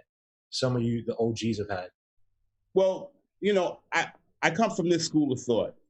When I got into this game. My parents didn't understand anything that I was doing. They didn't understand the music. They didn't understand the raps we put on top of the music. It was not for them. And this particular phase of music that some of that we are calling hip hop these days, this is music for them. I hear my niece playing stuff that I probably would never really be able to understand or even co-sign, but I respect it because this is the era of their generation. Now, we paid homage to our forefathers by sampling these records. Actually, that's what's happening now. You're hearing a lot of records where they are taking some of the energy from the past and putting it in the records. You'll hear some of the melodies or Chris Brown has done whole songs over with pieces of vintage records, you know, so that it's an homage to a time that's past. And also the art of sampling is bigger, at least in my arena, than just taking a loop, adding the kick, adding the snare, and adding the hi-hat. You know, what we do is we embellish on that piece of work. We make the sample become instrument, you know, so it was an art to that in itself at the same time. I've found, because of technology and the advances, that it's actually easier to access some of the sounds and some of the sound design that is used in tracks. We had to make our kicks, we had to make our snares, we had to find them and grab them from different records and stuff. You can buy kits with all of these sounds, and some of them have even loops and stuff like that that are already prefab, in time, in tempo. So it's actually an easier time constructively, if you're familiar with the technology, to put things together. Some of the producers are using small samples, looping them around. You may even notice them, won't even notice them. You know, so sampling will not go away. And they use it commercials and everything. But I want to allow this generation to make their successes and their failures the same way that we were allowed to make our successes and our failures. And now if we go to monetarily, it's super hard to pay for samples when you don't have the kind of resources that it takes to be able to do that. In the 90s, literally record companies were throwing money out of the sunroof because they had to access the talent. So they were like, let's throw money at it. How would you fix it? We throw money at them, and we get these samples, and Puffy and Trackmasters and all of these great producer teams use a lot of samples and a lot of what's called interpolation, which is basically playing the sounds of the sample over. So there was some instrumentation, and there were live musicians getting these sounds duplicated, and I think Puffy's very famous for it. Trackmasters definitely did it a lot, embellishing on these records that we've already heard and redoing the whole thing. And I think you're going to see a little bit of that in this generation. The timing's a little bit different now. You know, it might be a little extra slow or extra fast, but other than that, I got to let them do what they do because I was allowed to do what I did. And when we did a record like Put Your Hands, funny thing about that record, and people don't understand until you you pioneer something. And what I mean by that, I'm gonna clarify what I meant by that. When we first played Put Your Hands, before it was out, before anybody ever heard it, we went to X record company, major independent company that we've all heard of. We played the record for an A&R there because we wanted to show him some of the upcoming work that we have, and we wanted to get more work from him. But the record wasn't out, and we were still working in the restaurant, and we still weren't proven. And because nobody else heard that record, and because the whole world wasn't saying, this record is the hottest thing ever, when he heard it, he's on his phone, he's setting up other meetings, he's got the volume on too, and then he's like, this is gonna be Busta's first single? All right, good luck. I ain't got no work for you. 2 weeks later, that record came out about a week after that conversation. 2 weeks later, he called me back. Of course. He said, I don't know what was going on with me during that meeting. Yeah. I wasn't Right. You know, when you create something new, it's going to be uncomfortable. And they're going to evolve their sound because we're not gone. We're still helping. I'm nurturing new producers now, and I'm infusing them with some of the information that I have, and they can take this new technology and add it to some of our sensibilities, some of their sensibilities. We're working on new sounds all the time, so I'm optimistic about. Now I'm optimistic about what's going on musically, and you got some really. As a matter of fact, one other story. There's another artist who I worked with. I never did a record on him, but when he was doing his demos, he was 17, young cat. His name was Trey Songz. So we worked with him extensively, just in a demo phase. And now he's Trey Songz, the artist, and I have love and respect for this gentleman. But the thing about it is, those sensibilities that we had being older than him, he was around these things. He's also getting influence from his own peers. So I think, and one of the Marcellus brothers said it best. It might have been Branford or Whitney. I think it was Branford, though. Said that the best musicians are the best thieves. And I'm sure that he's not the first one to quote that, So we, as musicians, as artists, as creators, we do borrow ideas. We don't reinvent the wheel. We just put spokes on them. One last question before you leave. Real quick. If there was one, whether you're growing up or, can you name one artist that you wish you would have worked with that you never were able to work with? Even if Marco Polo. Come on, that's a no one wants to work with Marco Polo. I mean, come on. Stupid question, bro. Give him a boom. Just give him a quick pots and pans beat. I'll tell you this. As a lyricist, as a producer, I'm answering the question as a producer, but it's based on the fact that as a lyricist, one of the first lyricists that really piqued my interest and got me excited as a lyricist and made me really pay attention to the energy that lyricists have to bring out was LL Cool J. I've never worked with L, but I was always impressed, especially early L, with how he came in and revolutionized the game by himself at the same time, on the heels of a Run DMC who kind of took hip hop on their back for a while. And, I think L is definitely one of those artists I would have loved to work with, especially in his heyday. Mm-hmm. And there's one artist now that I'm kind of putting the APB on. I think she's definitely got the sound of the future, just to kind of bring it up to today. And this is an artist, and I don't know her, but very impressed with what she's doing. I'm a kind of a lyric first person, and that's Lady London.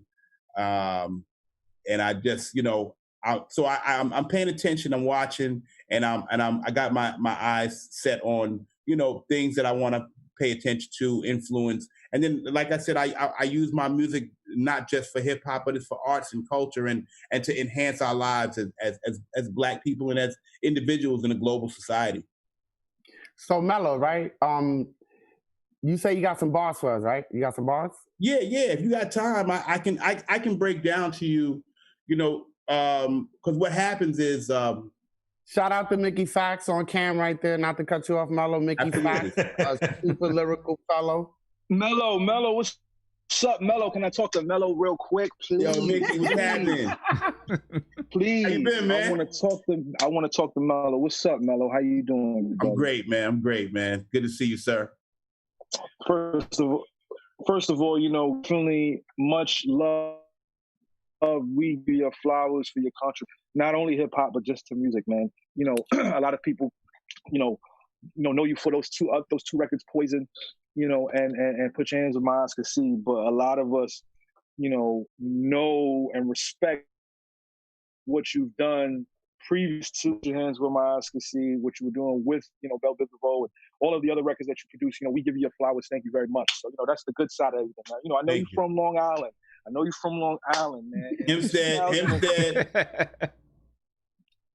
Hempstead. Shout to Rock Marcy. Man, I shout to Rock Marcy. Absolutely.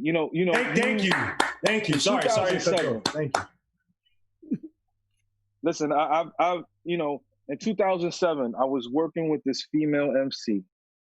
Her name was Driz Mommy / Erykah King, and she was like, "Yo, Mickey, I'm working with this producer. He produced Poison. He produced Put Your Hands on Mine to See. And when listen, Marco, Marco, when I tell you, you know, and it's crazy that Mello is bringing up female MCs. Yo, Driz Mommy literally was one of the best female rappers I've ever heard in my entire life. And she was working with Mello. Like when I say lyricist, this girl, me and her used to do records, and when I would play them for people, people would be like, yo, she killed you on that record. And I was super nice back then. And she would kill me on those records. So when she worked with Mello, right? I gotta just get this out because you know I got a lot of love and respect. When she worked with Mello, right? And I can't even really fault him for this, but she was trying to sing and rap at the same time. And at that time, the only person that was singing and rapping was Lauren. Now, she wasn't that good of a singer, but now as we could see, you know, who's a real good singer in these days and times now, you know what I'm saying? But because of that, she stopped rapping, man. Mello, you robbed me of... Well, it's funny you say that because even Marco will attest to this. I am brutally honest, and because I have a theory and a motto, and it is if you have the mouth to criticize, you should have the heart to help. So yes. what I do, I do it to protect the artist, and I'm very specific to protect because what I say is not always the right or the wrong answer. I just kind of jog their senses to ask themselves, is this the right thing to do? Is this what will work right for you? It may be the right thing to do or maybe the wrong thing to do, but is this right for you? But the thing about it is, if I don't, and if I'm not as specific with these artists about how I feel about what's going on, they're gonna, and I take it and I do it lightly, and I say, Mickey Factz, yo, that was pretty good, bro. Yo, you killed that. And then I go to Marco and I say, yo, Marco, man, your man Mickey, you got to work on them bars. Y'all heard two different things. And then you, and I'm using you as just as a metaphor, Mickey, would be coming back to me every week like, yo, let's do some new joints. And my motivation wouldn't be there, but I didn't keep it 100 with you. So other guys, they'll stop answering your call. They'll be busy every time you call. You know, that I'm not one of those kind of guys. I got to keep it 100 out the gate so that this way we can equally and on a level playing field come up with a piece of art that both of us say, this is a masterpiece. And every record I've ever finished, at the end of it, I say, this is a masterpiece for what it is. May not be the masterpiece for the masses, but we've done everything that we felt could take this record to the next level. And on the heels of that, if y'all will allow me, and this is to that point, artists have always come to me. It's been a 30-year history. It's been up and it's been down for me, but I've had some great fruit to my labor. But because I have to be so honest, I developed a system. Right. And it's about being frank. So I say, let's be frank. If you want to get on, first you got to be hot dog. So first of all, who makes a star? Is it me? Is it you? Is it the A&R? Is it marketing? Is it promotions? Or is it the fans' true devotion to an artist who's trying more than his hardest? Or could even be the mothers and fathers who stood behind them when the hours were darkest. Any answers? What happened to this thing called hip hop and specifically rapping? It's like a ship at sea, but ask me, who's the ship's captain?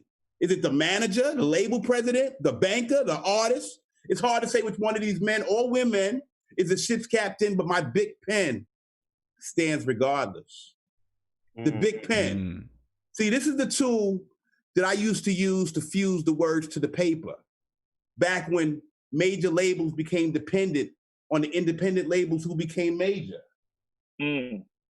I made you get up when I used to drop my hot bars at local bars or either in my pad or my block or even on the back block. But nowadays, you don't even need hot bars to become global stars as long as you got your iPhone, your iPad, your Samsung, or your freaking laptop. Us, we used to make mixtapes in the basement.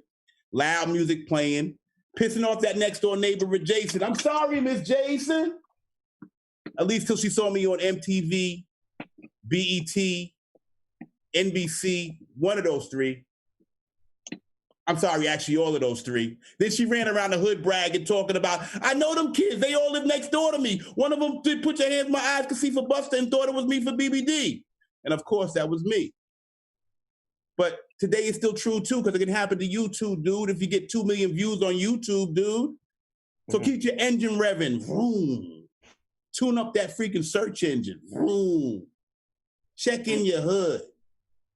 But don't let that freaking karma catch you up to no good. Beware the speed bumps, speed traps, red light cameras and potholes. Then pray to your savior to help you. And then tell yourself, I will not lose. But when you pray to your savior, see, this is the part where people mess up. When you pray to your savior, pray for favor. Pray for the favor to help you. But not just to help you, pray for the favor to help you to help yourself through. And stop talking about, oh man, it's all about who you know. Ask Marco. Because that's a rule that's so untrue, you know. But to tell you the truth, here's the rule that you should know.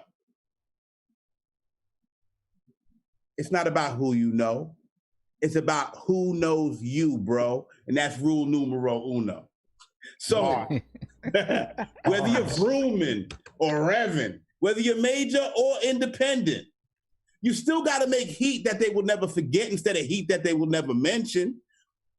I'm going to get real with you here. See, I know this dude. He got tripped up, slipped up. He got locked up in detention. He got sloppy in a botched armed robbery, and he lost his independence. And he's been in the pen since. Yeah, he's been in the penitentiary ever since that incident. And I admit, his big pen, his written, his spitting, flammable. But now he can't even walk down the damn avenue because he's locked up inside a hot box with lots of bars, like a caged animal. Now, how many of y'all done seen that story before? Missed the shot and the shot clock stopped before you could score. Hip hop is such a competitive sport. That's why I always say, always be ready to score. 4. Or always be ready for war. 1, 2, 3, 4. Or always be ready for more. But there's no need to be greedier or needier. Just drop bombs on that media like meteorites, right or wrong, right stones that right wrongs. And for tonight's performance, even if it's 4 minutes to the stage light, stay hype. Fight through the stage fright. Even if the page right or wrong, when them lights go wrong, if nothing ain't right, rock on, fucking ain't right, right on. Because I know a lot of gals and a lot of guys, just like your gal, she's qualified to be on Spotify. But some of them got a lot of hustle, but they forgot to cross their T's and dot their I's.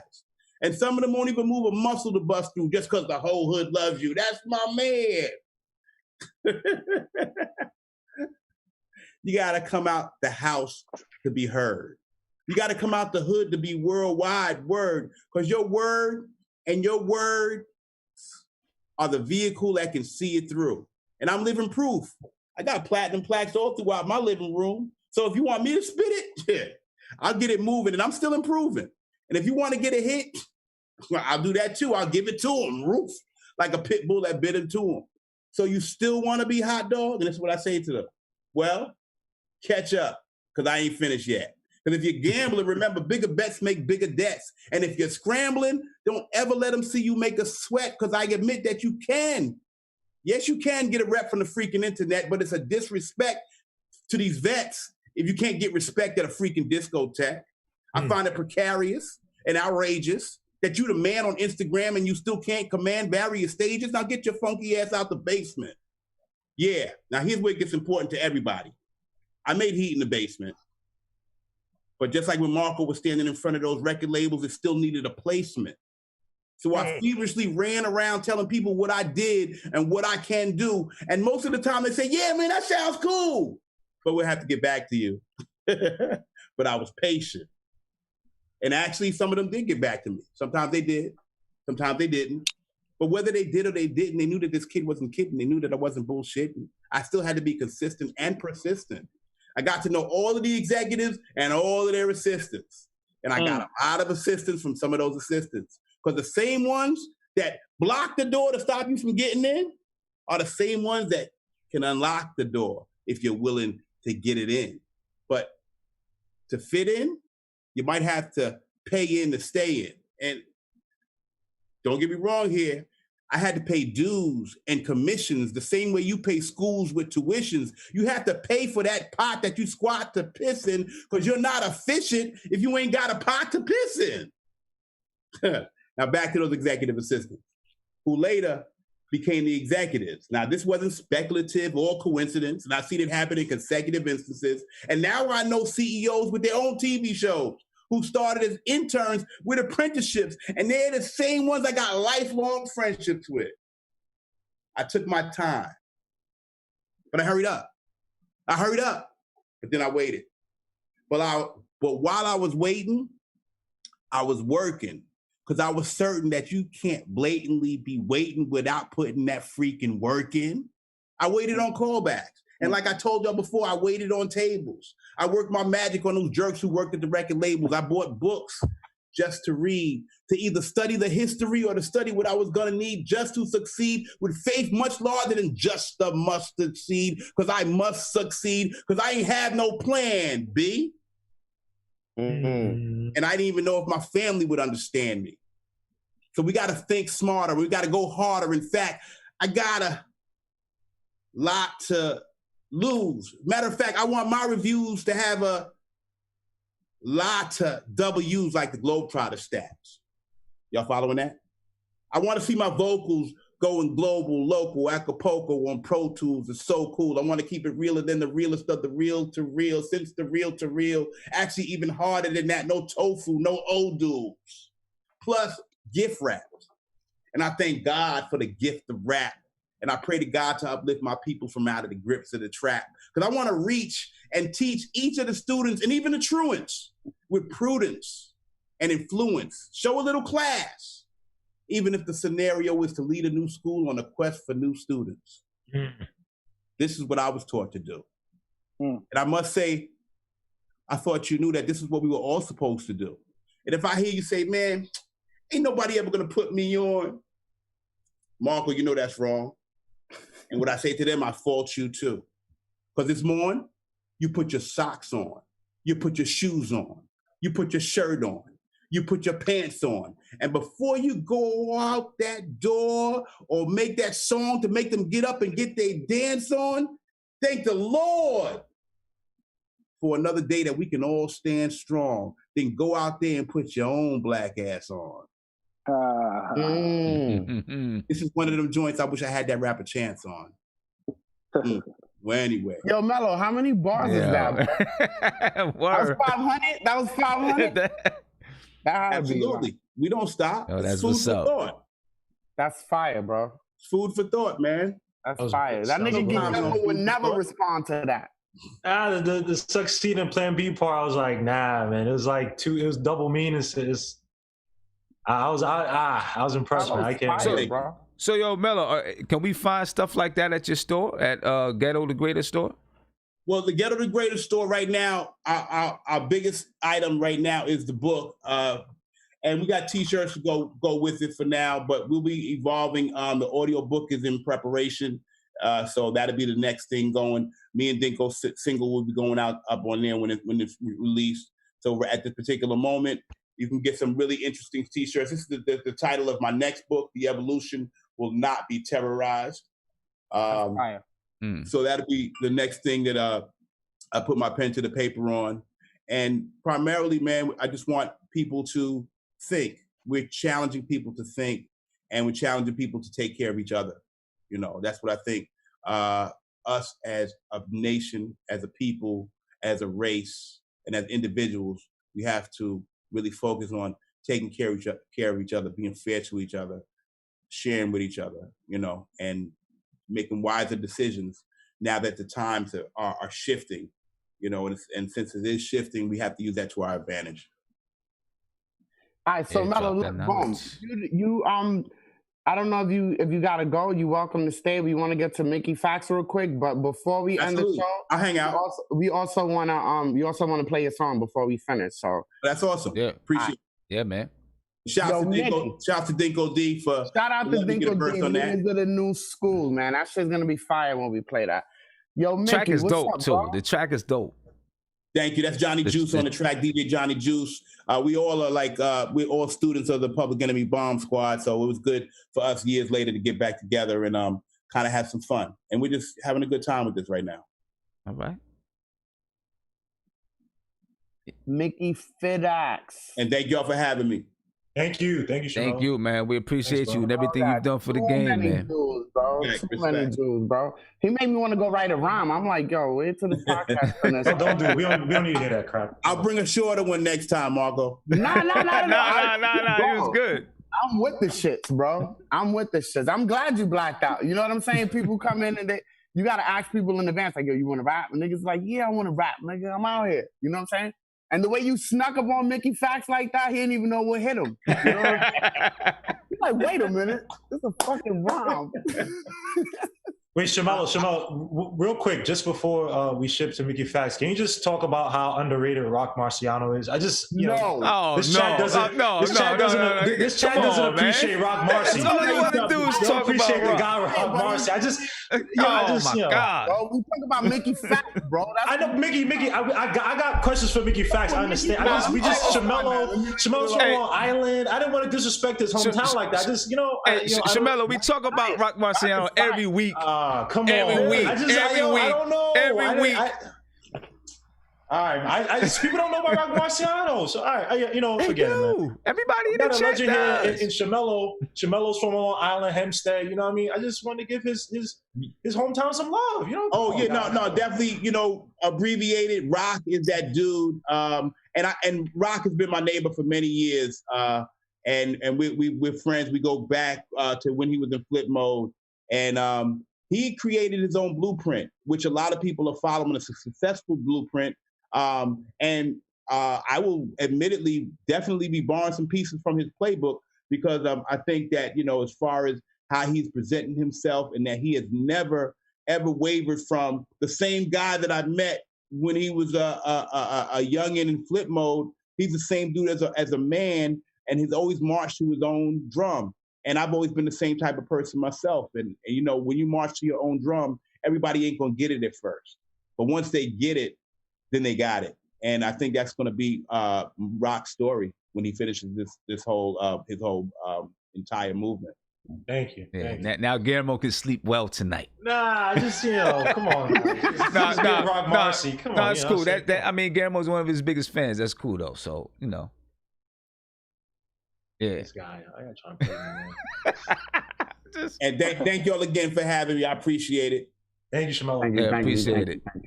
I mean, we might as well get into the song since we might as well just go ahead and get into the song and then we can come back and get the Mickey Factz. We're not trying to ice you out, Mickey. We promise. Mickey, it's all love. Absolutely. I got a baby, so I can't be on too long. You know what I mean? Okay. All right, well, let's go ahead and get into it, and then we come back, and there we go. So this is "Bring the Muscle Out," Dinko D featuring Shamello D. Brand new, Dinko D. New school brand new summer day. Bring the muscle out. Everybody's all around the way. Bring the muscle out. Cars make jewelry. Bring the muscle out. Bring the muscle out. Bring the muscle out. Is already set. Bring the muscle out. He's still on deck. Bring the muscle out. Today's just one of those days. Bring the muscle out. That's the plan. I'm from Long Island, and that's where the fuck I am. You can catch me on the Southern State, that's no LIE. I'm still doing circles around these jokes who MC. The new me's whole beat, to prove who's D. Down to the nitty gritty, the grimiest degree. Try me, I'm witty with it, why let it even be? No time, it's already been a minute, don't sleep. Wake up, the business is a 24-hour feed. I'm always hungry, I need a bite with cheese. So I can drip with dip and dabble just a bit. Play these streets like the roads don't split. Head on straight up, direct with a hit. When I'm on one, I get it, I'm approximate. A proxy of families and adopted kids. Propped up proper actions, we on top of shit. Now bring the fucking muscle out. Bring the muscle out. Everybody's all around the way.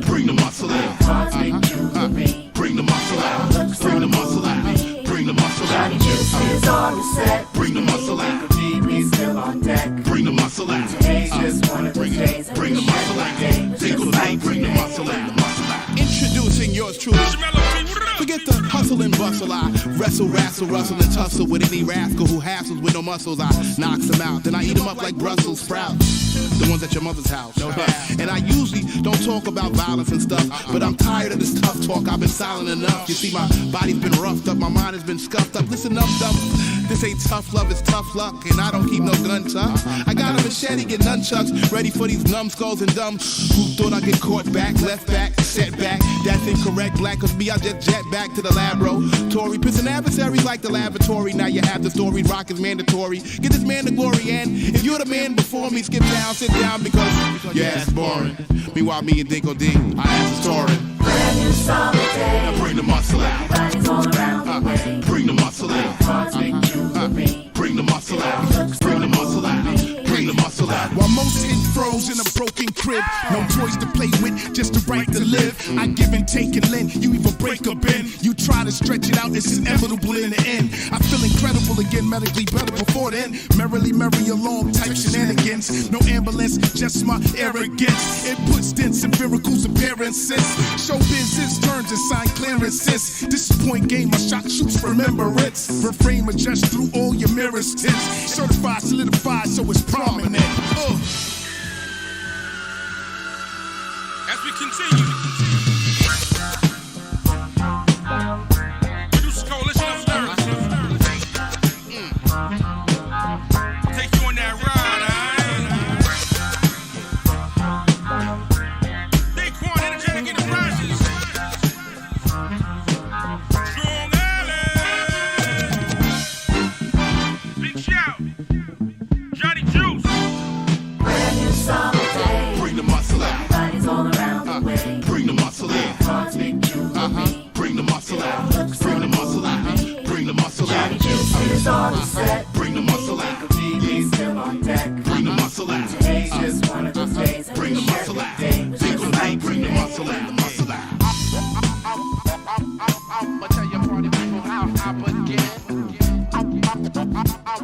I'ma tell your party people how I begin. Brand new summer day.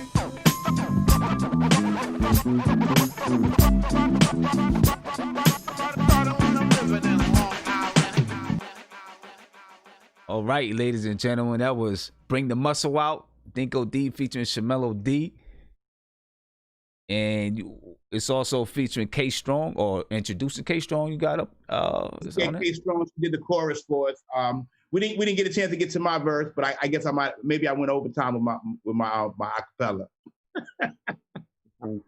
You know what? It's because we couldn't hear it in the background. I think we couldn't hear it in the background. So when we finally heard it in the background, I think it was already, your verse had already went past. Because they was talking about it in the chat. They was talking about it in the chat, your verse. Oh, okay. That's awesome. Yeah. So they heard it. Plus, we could finish off with that song too. We'll finish off at the end with that song too. Yeah. Love y'all for that. Yeah, little Marco, nice. Yeah, I had a. This a little Guillermo hater right here. This one little Guillermo. She got a diss record for him coming soon, bro. Yo, Mickey Factz, what up, bro? Man. Yo, Mickey. Yo, what up? What's up, brother? What's up? I appreciate your patience. You know, we working on different type of times, so we a little late sometimes. But I appreciate you being here. What's up, brother? What's good with you? Chilling, man. Chilling. You know, working hard, hardly working. Same thing. It's no difference. You know what I mean? What you working on something new coming up? What's going on now recently? You know, this pandemic has really shut down a lot of movement for me. You know what I'm saying? I was currently working on 2 Broadway plays. One with Abigail Disney, who's the CEO of Walt Disney, and one with Lupe. And then, you know, I had you know, because obviously, you know, the Hamilton project has had Broadway. You know, they want more rap. So, you know, getting hired to do 2 Broadway plays at the same time was kind of crazy. Then COVID happened. I'm in a movie called 40-Year-Old Version with Rada Blank. That should be dropping on Netflix, exclusively to Netflix in like October sometime. Okay. You know what I mean? So that's crazy. I got like 4 or 5 scenes in that joint. Real crazy. As far as music goes, I have a project dropping August 26th with this guy named Fly D'Antoni. We are Black Dahlia. That shit is it's real crazy. It's a different lane for me. It basically gives me a reason to explore my ratchet side. Because y'all know I'm a lyricist, but sometimes I like to be ratchet a little bit. So that gives me a chance to kind of do that. So I got that dropping August 26th, and then in October I have a project called Guidance with this kid I mentor named Jared Michael. That's dropping in October, and then me and Blue and Knots, we have a project dropping in December. EP. See, these are all EPs that I got ready, getting ready to release before the year is out, trying to get three projects out before the year is out, you know what I'm saying? Finish out strong, and then heading into the new year with 3 full-length projects, you know what I'm saying?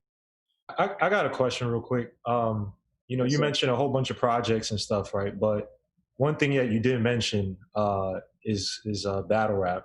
And, I think you're probably one of the more underrated battlers. You definitely had a classic. I remember KOT, D versus Daylight. And that's probably one of the best battle rappers out now. You had a battle against DNA. But you don't, and I know you've been on Matt Hoffa's show. I don't know why names escape me right now. And you guys always talk about a lot of the battle rappers, but I don't hear you talking about yourself a lot. And you go to toe to toe with a lot of these dudes in the game. Are you trying to get back? I mean, I know everything's COVID, whatever, but they've been doing battles again. Not RBE, but I know definitely Smack just had a bunch of events. Are you trying to get back into that?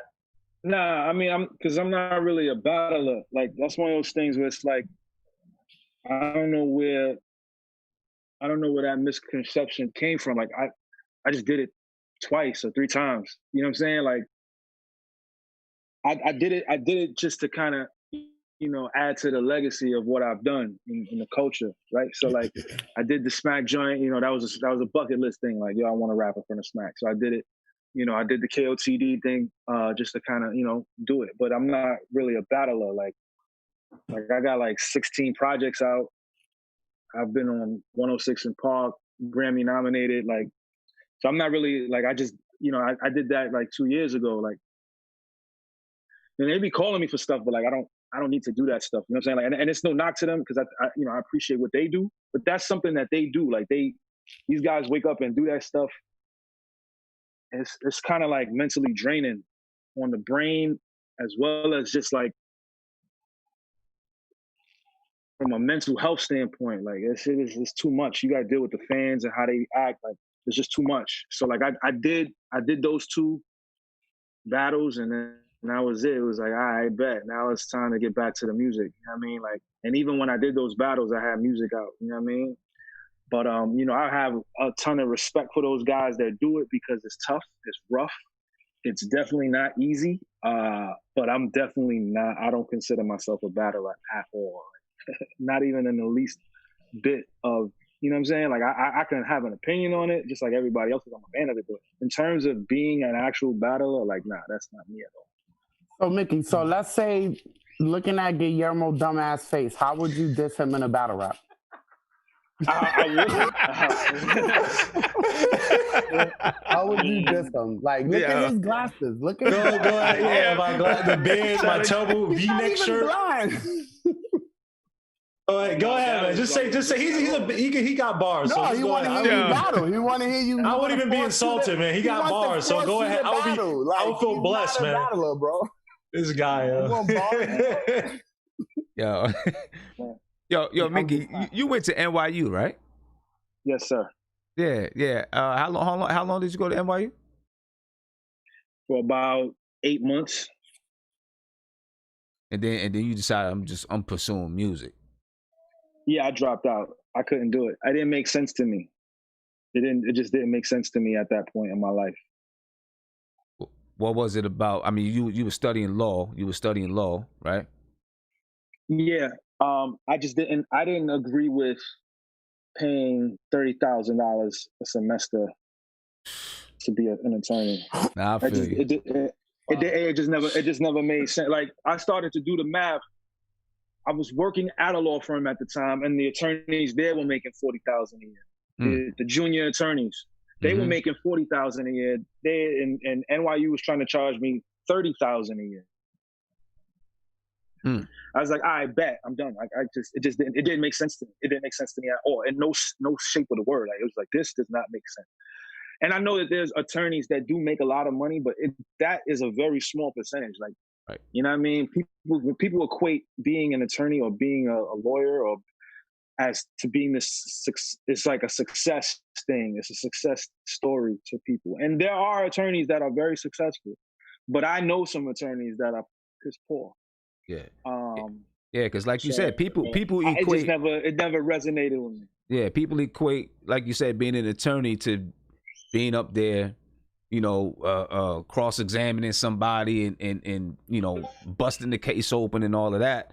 When really most of your attorneys is sitting behind a desk filing paperwork for real. Yeah, I mean, it's, you know, being like, okay, so what you're describing is a trial attorney, right? So like those guys, and even before they get to court, and sometimes court is not even that long.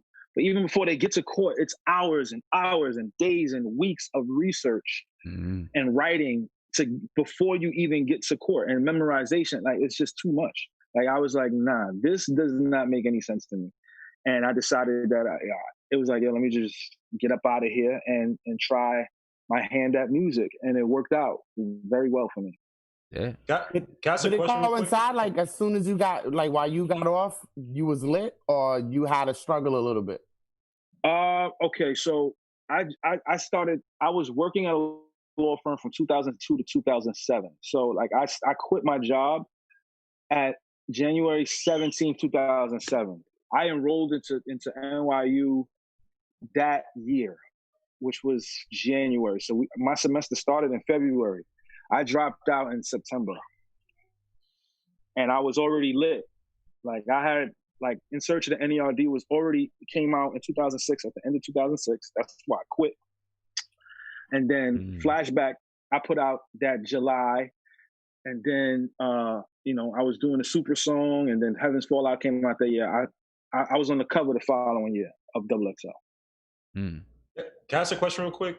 Because you mentioned the Broadway shows, right? And you know, I think to me, I just never been in, but I have a lot of respect for people on Broadway, the actors, the producers, all that stuff.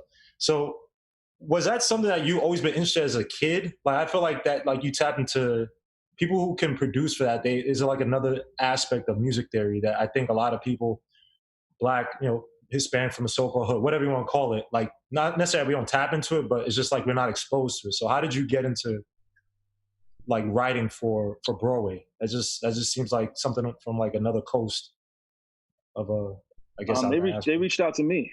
I mean, both companies reached out to me.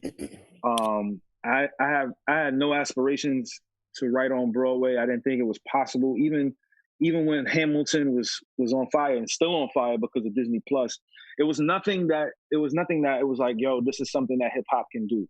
And then when Hamilton came out, it was like, this is like the quote unquote pop version of hip hop. So a lot of hip hop denounced it.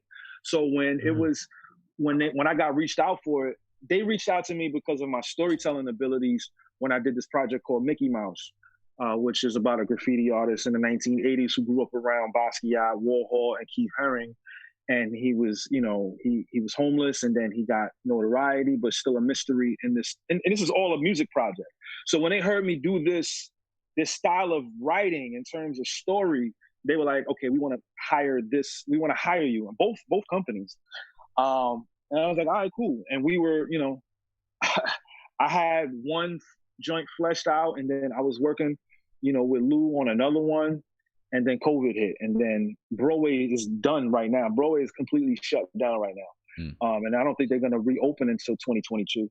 So I'm guessing thought process is they are probably going to reopen late next year in terms of people performing again, but writing that process out takes a long time. We were starting early 2020. We started both projects early January, and we were looking to be done by mid 2021, just so people could perform it early 2022.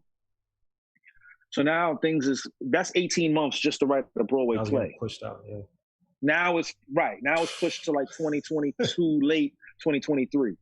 But it's definitely, they expressed to me that they wanted more of an authentic hip hop feel as opposed to what Hamilton was. Hamilton was more, first of all, it was about Alexander Hamilton, the dude on the $10 bill. That's the first. Right. Secondly, you know what I'm saying? That was gravitating for people who were not introduced to hip hop and made them want to say, okay, I want to be a part of this. But it wasn't for people such as, Mello, who basically freestyle for like 8-9 minutes just now. That's not for like, we appreciate the musicality of what Hamilton is. Hamilton is produced very, very well. And even from a technical aspect with syllable count, it's good. But it's still, even as good as it is, it still isn't what lyricists do, right? And that's why they had reached out to me and Lupe to kind of get this style of, hip hop done. Did you have to change your mindset from writing rhymes to now I'm actually writing, something that's going to be acted out?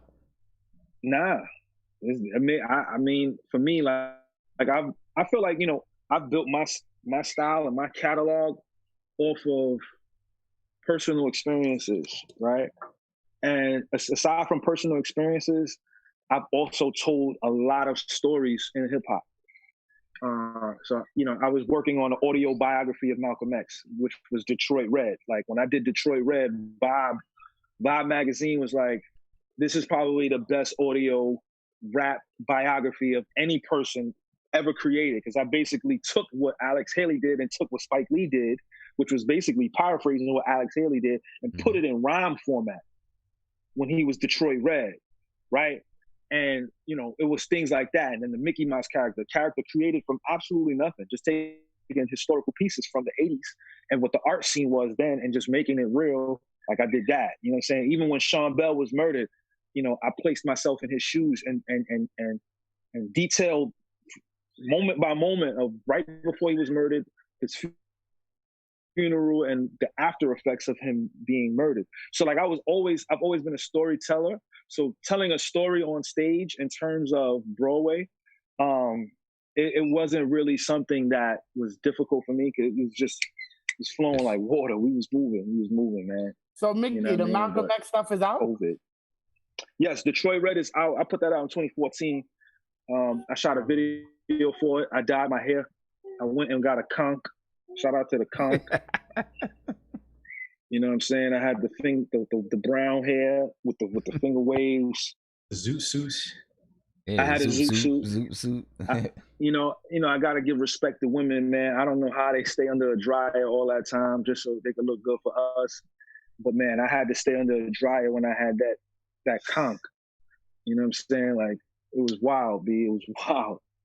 I got a question on the movie aspect, because I'm a big cinema head. Yes. And I was just wondering, I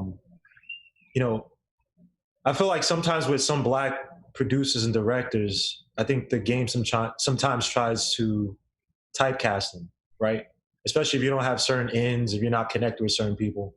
Do you feel that when you're talking to maybe some financiers, some people in terms of funding, or some of the more, I guess, major houses, if you want to call them major houses, whatever you want to call them, do you feel sometimes when you're trying to step in and you have a cachet of like your esoteric type of productions, do you feel sometimes they try to typecast you, say, yeah, just write this, write this thing like this for me, write this for me, versus no, Black people don't act like this. We have different layers. Do you feel like they try to like pigeonhole you into being that type of Black director who makes that type of Black cinema or project? I mean, I've only done like I've only been on a set like 3 times, right? This one movie that's coming out, what I'm just playing myself basically. I'm like it's like Mickey Factz, but Mickey Factz playing Mickey Factz in a movie. Like that's basically who I was, right? So like I just kind of acted as myself, you know what I mean?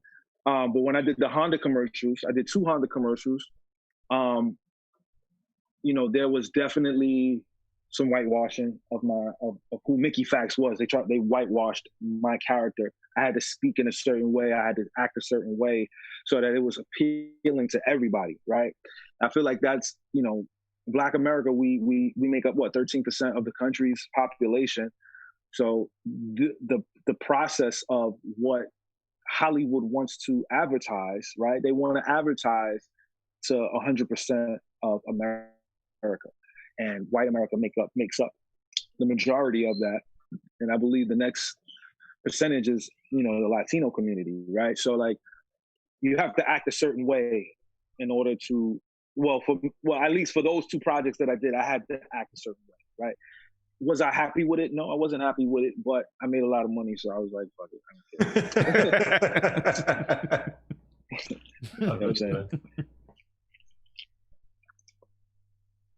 Yeah, no doubt. So can you tell us those projects you said you had coming out again? I want to make sure it's there so I want to get it into the chat and get everybody, you know, knowing the dates, the names, the dates, and all of that. So the first project is August 26th. It's called, we don't even have a title for this project yet. I actually need to get that going. But the single is dropping on Friday. It's called Hugo, which is juice in Spanish. And the project is dropping August 26th. The project's done. We just don't have a title name for it. Me and Fly D'Antoni, and, you know, we are Black Dahlia. You know what I'm saying? The group name is Black Dahlia. Then me and Jared Michaels, we have a project dropping in October. It's called Guidance. Should be like a 4-track real quick. I have a number with Knots, producer Knots. Shout out to Knots. And then, you know, the following year, I have 3 full-length projects that I'm working on for my supporters, you know what I'm saying, to get that out to them. You know, hopefully the Broadway stuff will be out too, you know, or at least getting moving. But, you know, COVID, I keep saying COVID because I hate COVID. Yeah. So you said that Hugo's drops on Friday. Yeah, it drops Friday, Hugo. I actually just emailed it to Marco. It's been real hectic. I was supposed to get that to him a while ago, but it's been real nightmare. Oh, broke up a little bit. I mean, definitely, man. I mean, let me see. We do underground radio on Friday where we play, you know, independent artists that's, you know, trying to come up, and we'll definitely play it on Friday.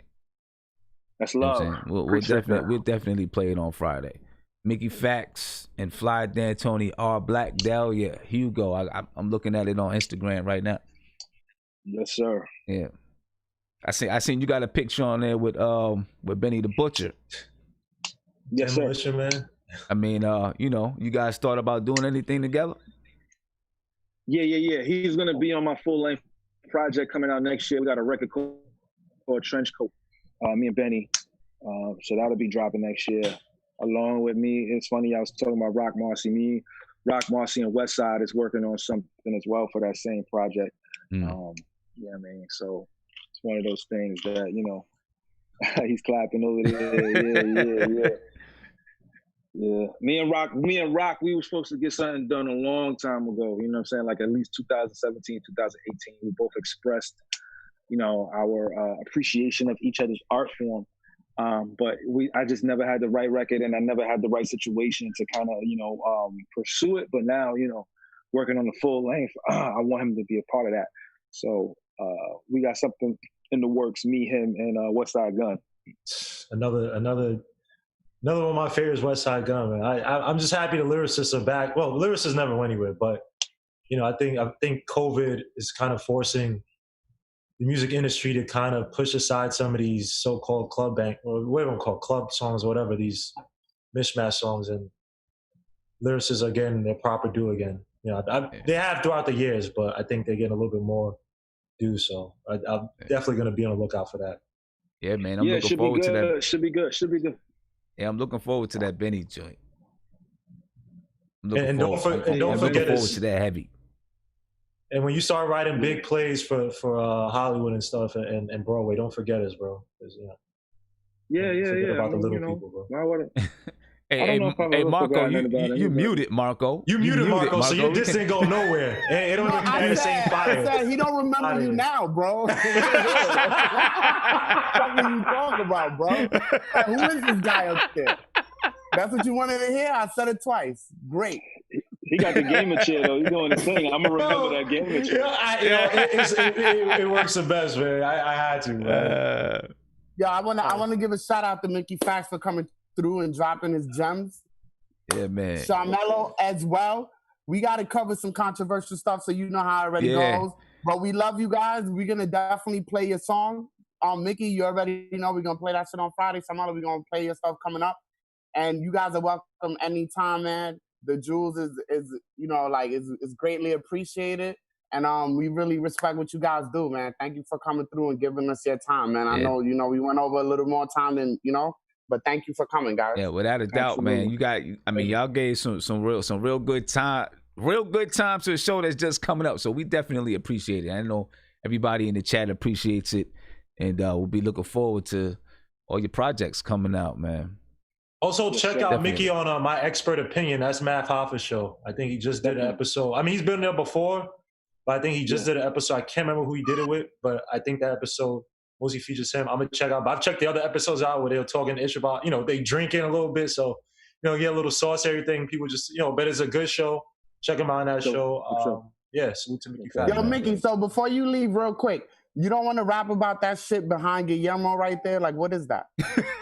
What? What is that? You want to rap about that? All right. No. Nah, he's chilling, man. He's chilling. Come on, man. I'm retarded. I want somebody to diss you, bro. This guy got the banana-colored hoodie trying to talk trash. Banana. It's called yellow, bro. It's called yellow, bro. Yo, Mickey, man, Shamello, I'm going to let we let the kids play.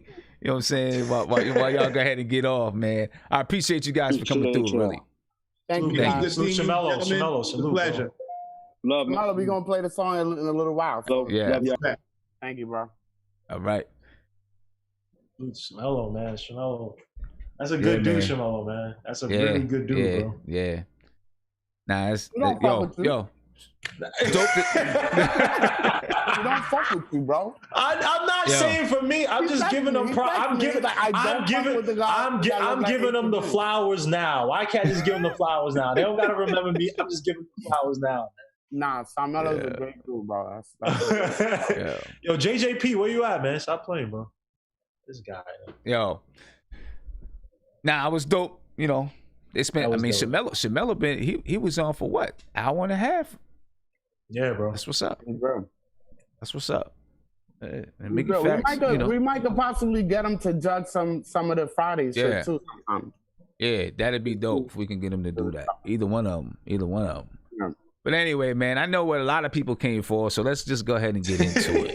You know what I'm saying? Let's just go ahead and get into it. We did all this rap stuff, and people were just like, "Yeah, let's get to the juicy garbage." Right. That's it. Right. Exactly. Yo, it's like that. It's like that on the view count. You know what I'm saying? I put out. We put out something. We put. We did a show. You put out Jada, yeah. You put wow. We did a show. Let's rise up from oppression. We did a whole show. 10 views or something. Just took a whole show. 750 views. The whole show. Been out for a couple months. Jada and Will have their little red table talk. That joint did 1.8 million views. Oh my gosh.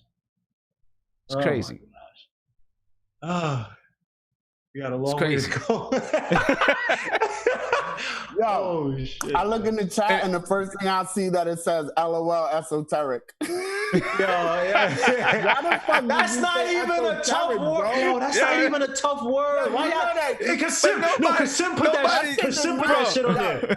Sim put that shit. I'm trying to keep a straight face, and this dude Sim puts, yo, this dude said esoteric, yo. Bro, nobody uses esoteric. Oh my gosh, y'all bugging. Esoteric. How is this? You said, yo, so you writing an esoteric play. Like, I gotta use context clues just to know what it means. Yo, y'all bugging now. I don't use esoteric now. No, I know what esoteric mean, but it didn't fit in what the fuck you was talking about. Yes, it did. What I asked Mickey about? You sound like you just got out of jail, bro. No, I asked Mickey about his own. That's what Sim said too. He said, "Yo, you been in jail, bro?" I'm like, "Nah, I never been in jail."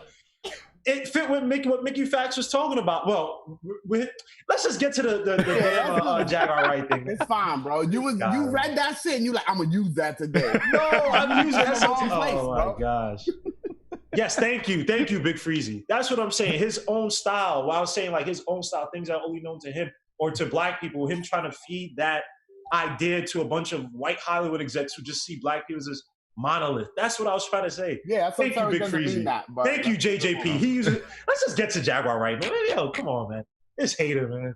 That's not the definition of esoteric, bro. But that's fine. Keep going. This guy. Man. Esoteric pontification.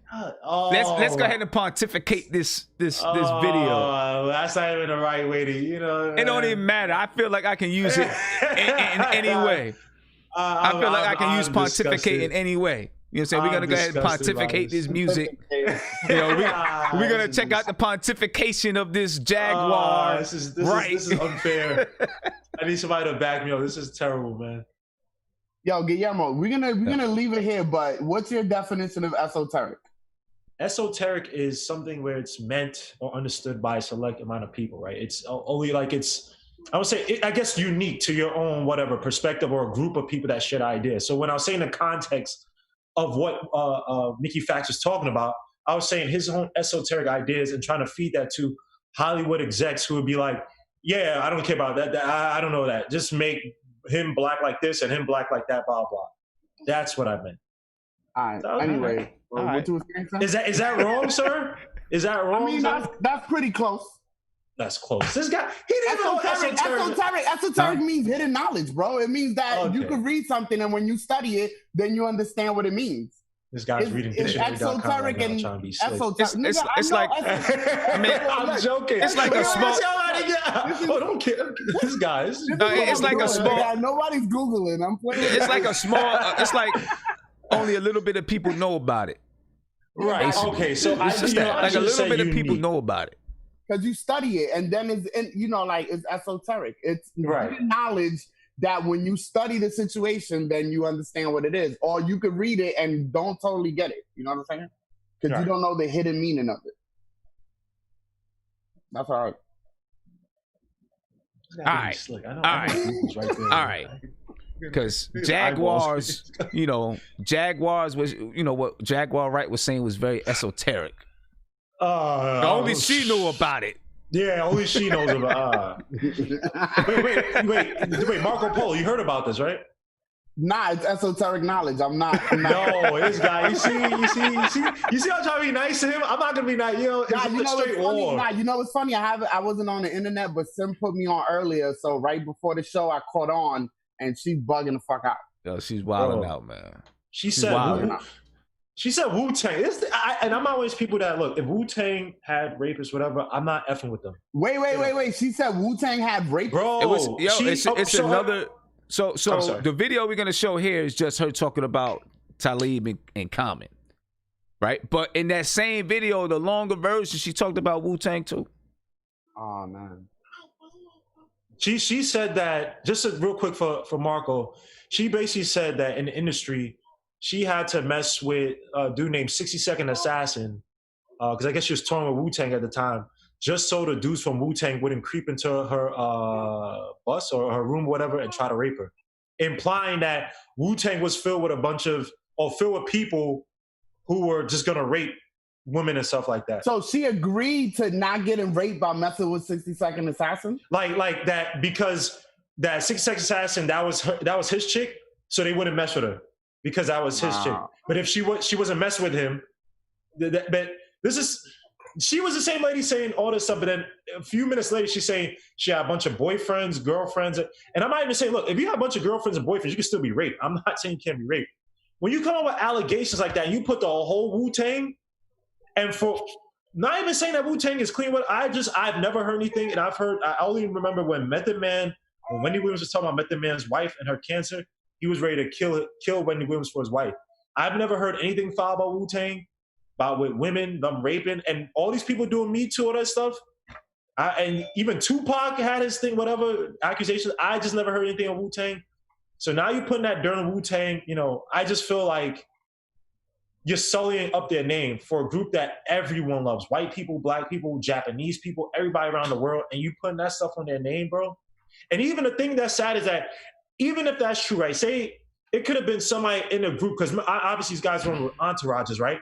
It could have been, say if it was a dude that just rolls around, he's not even part of Wu-Tang, he's just friends, but he's a creep and they didn't even know that. And he may have been trying to do that, but she doesn't point out that one individual. She points out the whole Wu-Tang, right? I don't know, man. She gotta be very careful, man. So let's listen to, this is her talking about Talib Kweli in comment. And then, we go ahead and get into that. I want to take some phone calls too on the topic. 516-405-2246. I know some people were trying to call in earlier, but I don't think they were, ready to take calls. We didn't talk to them about taking any calls or anything like that. So we didn't get to you. But you can call in and talk about this topic. So this is her talking about Talib Kweli in comment. She was the same bitch who called my husband and told him that I was fucking with Talib Kweli when we was doing the goddamn OK Player tour. Had my ex-husband fly out. We have a whole motherfucking shit. Talib running scared and shit around the damn House of Blues. I'm like, why is you running? See, that's when I knew I couldn't fuck with Talib no more. Because you running from this nigga, I'll whoop this nigga ass my goddamn self. You running from him? You running from this soft ass nigga in tight pants? He's here for bitches, yo. You running from him? Him. I got it. Yeah, we good. We good. Fucking Talib Kweli used to come to Black Lily in New York and hide out in the green room when we were getting changed, especially me, to watch me get dressed and undressed before I got on stage and then wait for nobody to be looking to sneak out. Yeah, that nigga ran from Sam. Corny ass nigga. I've been holding all this shit too. Trying to make y'all fucking crazy backpack motherfuckers look good. Fucking stupid as shit. Fucking Common. Come to Black Lily. We go back to the crib in Brooklyn. We sitting there. He at this point in time, he was obsessed with hoes up and pimps down and hoes up, whatever that shit was. He was watching that shit all the time, looking for material to write like Water for Chocolate. So we sitting there watching this shit, and don't get me wrong, I like Common, he was cute, but I thought he was a little clingy. He was a little too clingy for me. I moved around. Shit, I was kicking it with Little X on the low too. I was dating like 3-4 niggas, and I had a bitch. I was a fucking rock star. What the fuck do people expect? What the fuck do people expect? Just see, ain't nobody ever known about my G. Because see, where I come from, you ain't supposed to publicize your G. Your G is only meant for the people that you share it with. Ain't nobody else supposed to know about your G. I never knew. Of course you never knew. I did a good job hiding it. You did. Wonder why I went fucking crazy. Wonder why I had a nervous breakdown as good as I did hiding it. Goddamn Common. Next thing I know, we go to bed. He like, oh, come on, Jack. No, I'm tired, nigga. I was on the stage all night. I want to lay down. I'm gonna lay down in the bed. I lay down with my clothes on. You know what I mean? I'm a rape survivor. I know how to buy myself a little time. You know what I mean? Just in case a nigga try to get out of hand, you gotta pull my pants down. By the time you get my pants down, I promise you I'm hooking off in your jaw. That's how I grew up. That's how I grew up. The next thing I wake up this morning, I feel something poking in my face and shit, right? And it's just poking in my face. And I'm what the fuck? And I'm like, and I open my mouth. This nigga trying to stick his dick in my mouth while I'm asleep. Lonnie fucking Lynn, Rashid, Common, whatever the fuck you want to call yourself. That's why I stopped fucking with him. Because nigga, if you gonna try to stick your dick in my mouth while I'm asleep, there ain't nothing you won't do. I don't even know why he running around here, parading around here with all these public relationships that don't never seem to last. When the last time he actually had a real bitch? You was with Serena, that didn't work out. You was with All right. Let's go ahead and get into this just a little bit. You know, I mean, listen, I do think she has a lot of details about a lot of stuff, right? And as far as the thing with Common, you know, even if there was, you know, messing around or doing whatever, you know, I don't know if she felt violated at that time or whatever it was. I don't know if she's planning. I don't think that she's planning on taking it any further besides just spouting off. You know what I'm saying? But, you know, besides that there, like all the other stuff that she's been saying, I feel like, you know, all right, if you have a difference, if you split away from your group, your team of people and all that kind of stuff, all that stuff that happened as far as just tour life and all that kind of stuff, like, you keep that quiet. You know what I'm saying? I don't think you're not supposed to spill the dirt like that. You know what I'm saying? You handle whatever business. It's like, you know, if you married and you separate, you don't go around, you know, telling everybody all the personal business. Like, you know what I'm saying? Like, yeah, I'm sorry. Just real quick on that too, Sim. People gonna kill me because people gonna take it the wrong way. I was just talking about this with Triborough because my boy lives in he doesn't live in New York anymore, but his girl used to do stuff like that. So we don't know the full context of the Common thing, right? First and foremost, if Common was not going out with her and he just did that to like, hey, you know what?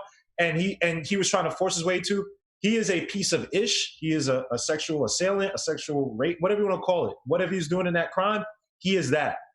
But there are relationships where people are freaky like that, where you wake up in the morning and your spouse is trying to get it in and they're doing things like that. I get that. So we don't know the full story because if Common comes out and says, wait, hold on. We've done this before, and you picked the one time where maybe, you know, you maybe that time of the month or you just didn't want to do it, whatever. And it's like, well, I didn't keep going. I stopped. We don't have, what I'm saying. We don't have the full story. And you didn't file a police report. And I'm not saying you didn't tell a story because you can tell a story and keep it out, right? Like Superhead, Superhead, the whatever. There are many rappers like, yeah, she's lying about this stuff. Like Coogee Rap is like, yo, she is a pathological liar. Some of the things I believe maybe Coogee Rap hit or whatever, but some of the, you know what I mean? So we do not have the full story. Now, when you start putting out these people's names, because we live in a society now, you get judged in a court of public opinion before you get judged by proper justice, period, or even common sense or proof. She knows that she could sully his name. Right, and I'm not even sticking up for Common. I don't like Common's rappers like that. I only like his album B, whatever. I think I respect him, but it's not one of these biased things. So what she's doing is very messy. It's destructive. Now, sorry, I do agree that, you know, a lot of the other stuff is very messy. I mean, what she's doing is messy. I will say, I mean, I don't know what she's going with it. I mean, I don't even think she's doing anything legal, right? I don't think that's even, she's just ranting, you know what I mean? But that being said, she said the night before, I ain't trying to do nothing. And if he did that, I mean, you don't do that. You know what I'm saying? She's like, no, I ain't doing nothing. And then he does that. You know what I'm saying? You don't do that. Even if you are a couple and you are together, you know what I'm saying? If she says, no, I'm tired. We just got off the stage. I'm going to sleep so I can get up in the morning and do whatever. Boom, boom, boom. I'm saying, I mean, you know, you don't do that.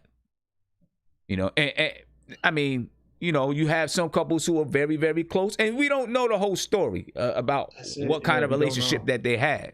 You know, we don't know all of that, what kind of relationship they had. But I'm just, you know, speaking on the surface. You know what I mean? You don't do that. Now, then, of course, you know, she's going into, you know, I mean, she's just going in all over the place, right? She's talking about Erykah Badu. She's talking about Jill Scott.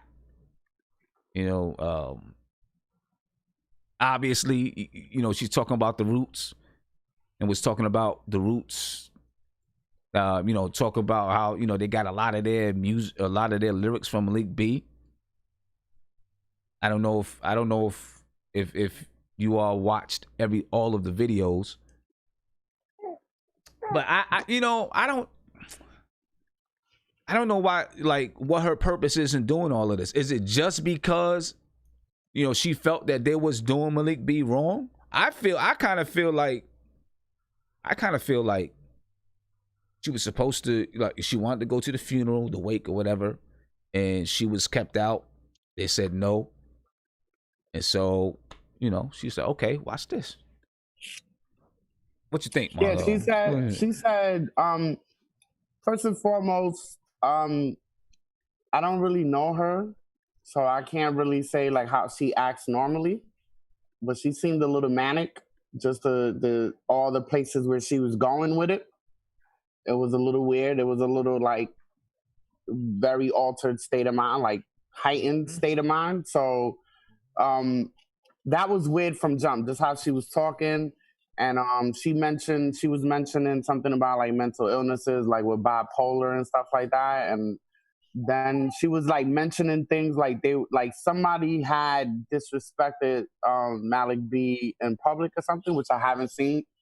So it just seems like, even like what you were saying, like it seems like she's not welcomed at the thing, right? It looks like she has beef for all these people, right? Because you're just a little upset about one thing. She's like, oh, you made this song about drugs and stuff and you didn't help your man.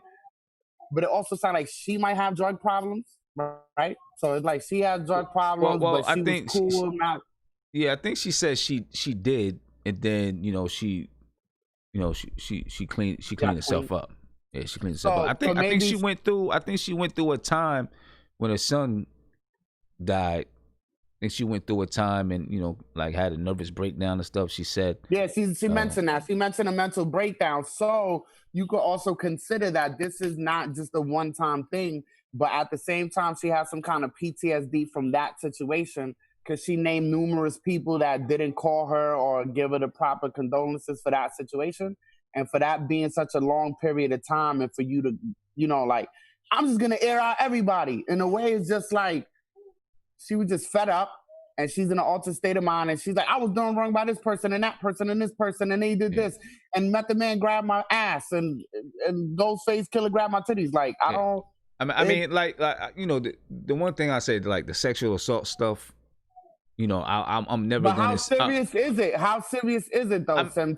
I mean, we automatically, She shit on every single positive person that we listen to. I get that, but what I'm saying is, I'm never going to like discount that. I mean, you can't, right? You can't discount it. You can't discount it. All the other stuff, to me, just sounds like, she's just. She shitted. It sounds like she shitted on everybody that was at the funeral that she couldn't be next to. It sounded like she shit on Jill Scott, Erykah Badu, Talib Kweli, Common Sense, Black Thought, and then she's like, what she said? She was like, yo, that whole movement was bullshit. All y'all niggas. I know. So I didn't even listen to her diss and Wu-Tang, and now I'm like, I think also that there's this thing on the internet that we have to take into account, right? Like when people start, all right, so you have a story, right? And you out the blue, you're like, I'm telling the story, and next thing you know, you blow up off it, right? Your social media start buzzing, this, that, and the third. There's like a mental illness involved with that as well, to where it's like, oh, I gotta get lit. I gotta keep this attention. So she went somewhere. I don't know which one happened first. If she was in her car first, or she was talking to that lady first, because I see her in the live with that lady. I think she was in her car first, because that was before the funeral. I think she was in her car first. So that must have went viral. People was like, "Oh, that's crazy." She said in that video, if you watched if you watched all the way through, she was like, "I'm gonna keep coming on every day," and boom, boom, boom, boom, boom. That's it wasn't because it went. I mean, I don't know. It could be, but I mean, she had that from the beginning. Like, I'm coming on here every day to boom, boom, boom, boom, boom. Yeah, but she also was like, You know, I got the biggest what was that shit? The Unplugged next to Jay-Z. I was like, bro, I never even seen you Unplugged. But she like she has a little bit of a delusion of grandeur. I'm not talking about any of the claims that she's making because now we have to sit there and see how people respond to it because it might be real, it might be not. No, I get you. But That's where I'm with you. That's where I'm with you. Overplaying how people see her, and at the same time, she knows that if I just say these names, I'm gonna get this views. And it seems like she just wants attention right now because you could also do it in a proper way to where if you're gonna press charges on people, you press charges, and or you do it in a way that you don't discredit yourself by just sounding like you ranting in different directions. And you just, if you gotta make a press release, if you gotta organize your ideas, just give yourself that, kind of plan and a method to disseminate your information so we could take it more seriously so people won't make jokes about it because what she's saying is serious. But she's like, oh, he was poking me in my face and then I opened my mouth. It's just weird stuff she was saying. I mean, what she's saying is real serious, and if she wants, like, if she's gonna continuously do these rants, pretty soon it's gonna fall on deaf ears. You know what I'm saying? Yeah. If she's going to continuously just jump out there and boom, boom, boom, boom, boom, it's going to fall on deaf ears. So if she's like really about something as far as the whole accusation with Common, then she needs to, not just make it a rant, but like do something. So I'm interested to hear. Common was on Instagram Live today. He's doing his little workout. He does a workout every day. You know what I'm saying? He's doing his little workout. And someone asked him, so, you're going to address the elephant in the room? That's what they said. And he was just like, it's a time and place. So he didn't say nothing. Then. I guess he's going to do it at some point in time. And this is a woman who herself said, and this is what happens with a lot of artists, right? Because they think that it provides therapy. She herself said that she was raped as a kid or younger years. I don't know if she didn't say the age, I don't think, but she was raped earlier. Yes, she said she's a rape survivor. Rape survivor, right? And what many rape survivors do, I think, which is okay for the short term, is that they use music as an outlet, right? But a lot of their psyche, you're trying to cover up this awful thing that happened. You're trying to find outlets to kind of convert that energy, but that pain still lingers. And if you don't find a proper therapy for it, it's almost like letting a disease fester inside of you, right? And I'm not saying this is necessary for her. She could be telling the truth. She could be lying. There could be truth. There could be half truths. We don't know. But what I've seen, just from how Marco was saying, the way she was talking, and not just about the rape stuff, about everything else, she kind of seems manic. Like something seems kind of off. It doesn't seem like, when Quincy Jones came out with that expose, it was like, yeah, I'm just going to talk about the industry, blah, blah, blah, blah, blah. This kind of felt like something triggered it. Now, it could be that people didn't give Malik B his proper due, and she saw some certain things that may have triggered it, and now she's just coming out. You know what I mean? It just, all right. Well, I'm going to tell you what she did say, and after this, I'm going to get to the call. What she did say is she's been holding it in for mad years, and she can't hold it in no more. So, I mean, that can happen. If you holding something and you just holding it in, you know what I'm saying, then maybe, it comes out, and if you don't have a constructive way to release that energy, it's going to come out some way. You know what I'm saying? When you look at a lot of people that just have anger, right? They're angry about something that maybe they've been holding in, and so they go to school and they get into fights all the time. Why? Most people don't know, but then it comes out, well, maybe they're getting beat at home or whatever. You know what I'm saying? So it comes out in a non-constructive way. You know what I mean? And I can't discount. I mean, listen, obviously I'm not there, so I can't discount anything she's saying, although she is spouting off and ranting and going crazy and exposing some stuff that, like some stuff I'm just like, yeah, that's just dirt. Like, it's it's just dirt. You know what I'm saying? Like saying, oh, Jill Scott used to sleep with this person, that person, that person. That's just dirt. You know what I mean? But I mean, you never know. If somebody is holding something inside for a long time, it may come out in a way that's just not constructive. Yeah. I mean, it happens that way. It happens like that all the time. You get to a phone call. Sim, so how many? Oh, okay. Yeah, let me get to this call. Caller, you live. What's popping? Sim, what's good, man? First off, salute. Appreciate you, bro. What's up, Tony? How you feeling, man? I'm good. Shout out to the chat. Shout out to everybody on the live stream. This is a touchy topic, and I think what you said hit the nail on the head. And Grandma, mentioning her saying she was raped at her young age or younger age, whatever the case.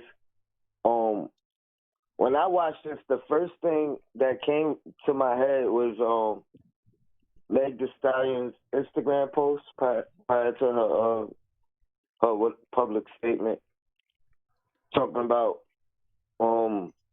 black women or women just holding things inside and protecting others before they necessarily protect themselves, whether it's their reputation or something worse like jail or whatever the case. I think that's a 100% truth.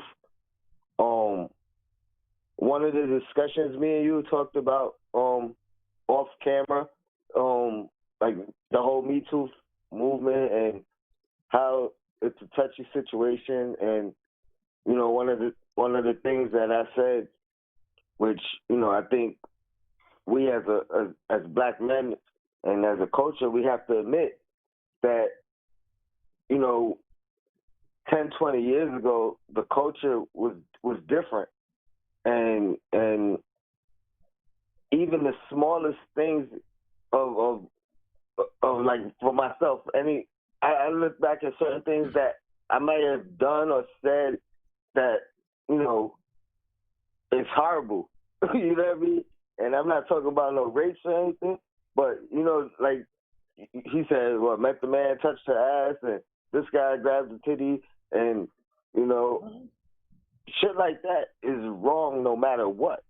Like, so if in her brain she felt like, damn, I gotta be with this dude to keep all these other dudes off me, like that might be a real feeling that she had. Like, not saying she was right about it, but she might have felt that way. And that's messed up. You know what I mean? Like, psychologically, like, you think about your you know what I mean, if you got a daughter or your mom or your sister, like anybody, like that's a serious thing. You know what I mean? We gotta, the culture was so different back then. Like, even our music that we still champion today, you know what I mean? We could celebrate it, but it's not something I really want to play in front of my daughter. Very misogynistic. You know what I mean? It's crazy, man. Nah, I'm with you, and you're right. No matter what or who did what, for if someone, and she didn't say that Method Man did it or anyone like that did that, but if they did that, it's just not. You just don't do it. Yeah, I was just quoting what I heard. I didn't hear her say any names. No, yeah, but my point, sorry, brother. My point was that it seemed like she was reaching to say something negative about every single person. You know what I'm saying? It just seemed like, because some of it sounded like sexual assault, and some of it sounded like just like, oh, I woke up and niggas is watching porn. Like, in a way, you just trying to slander people. You know what I'm saying? And it also seems like all those people, because it's something when your man dies, right? And all these people know them, and they might not say it publicly, like, or stand with them publicly, or even in private, like, be looking out for Malik, whatever, and she's there with him. Then it's like when he dies, and they're all like, "Yo, Malik, man, he passed away. That was my man." That triggers people that are really there for the people at the time when they needed them. You know what I'm saying? Like, that's a constant 100%. When people pass. So then you kind of make enemies of the people that are friends with them that weren't there for them. And it seems like these are the people that she thinks should have been there for him, and they weren't. And now she's like, oh, but he did this, he did that, and it's so random that you just gotta not I'm not gonna not believe her, but I'm saying like, is there a level of exaggeration, or is it just her being angry, or are these legitimate things that are even bothering? Because just like Sim said, it doesn't even seem like she wants to press charges or she's into that type of stuff. So it's kind of like the motive behind it and the exact truth of everything. It's a little questionable. Listen, from the fact that she just seemed agitated. I don't think she handled the situation correctly at all. Like, you know what I mean? Like, not for nothing, any situation like that should be a private conversation. The people that are like really in the inner circle, I think the Philadelphia circle, and she can't have a conversation with. Maybe, I mean, again, that's not the right thing to do. But I'm only addressing the misconduct culture that we previously championed. You know, that we have to understand that. I mean, just acknowledge that.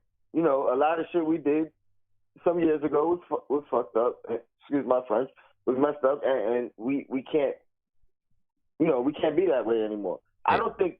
You know, I don't agree with cancel culture either. I think, you know, but I think these two things are going to collide. And I think what's more important is acknowledgement and conversations between parties and things of that nature and changing behavior. Like, I'm only addressing, you know.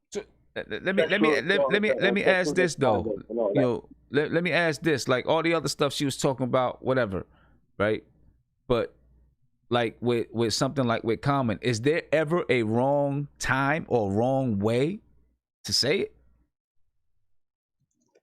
Right. Like, is there ever a wrong time or wrong way to say it? No matter how she said it, right? Is there ever a wrong time or wrong way to say it? Maybe it's not a wrong way to say it, but two people can have different, like even how Guillermo was saying before, maybe did they have a relationship? And it's not saying that that's right? Like if you have crazy relationships where people do like freaky stuff all the time and to them is normal, but if one day somebody, you know, like if a girl says choke me and you choke her too hard, you're doing something wrong. You know what I'm saying?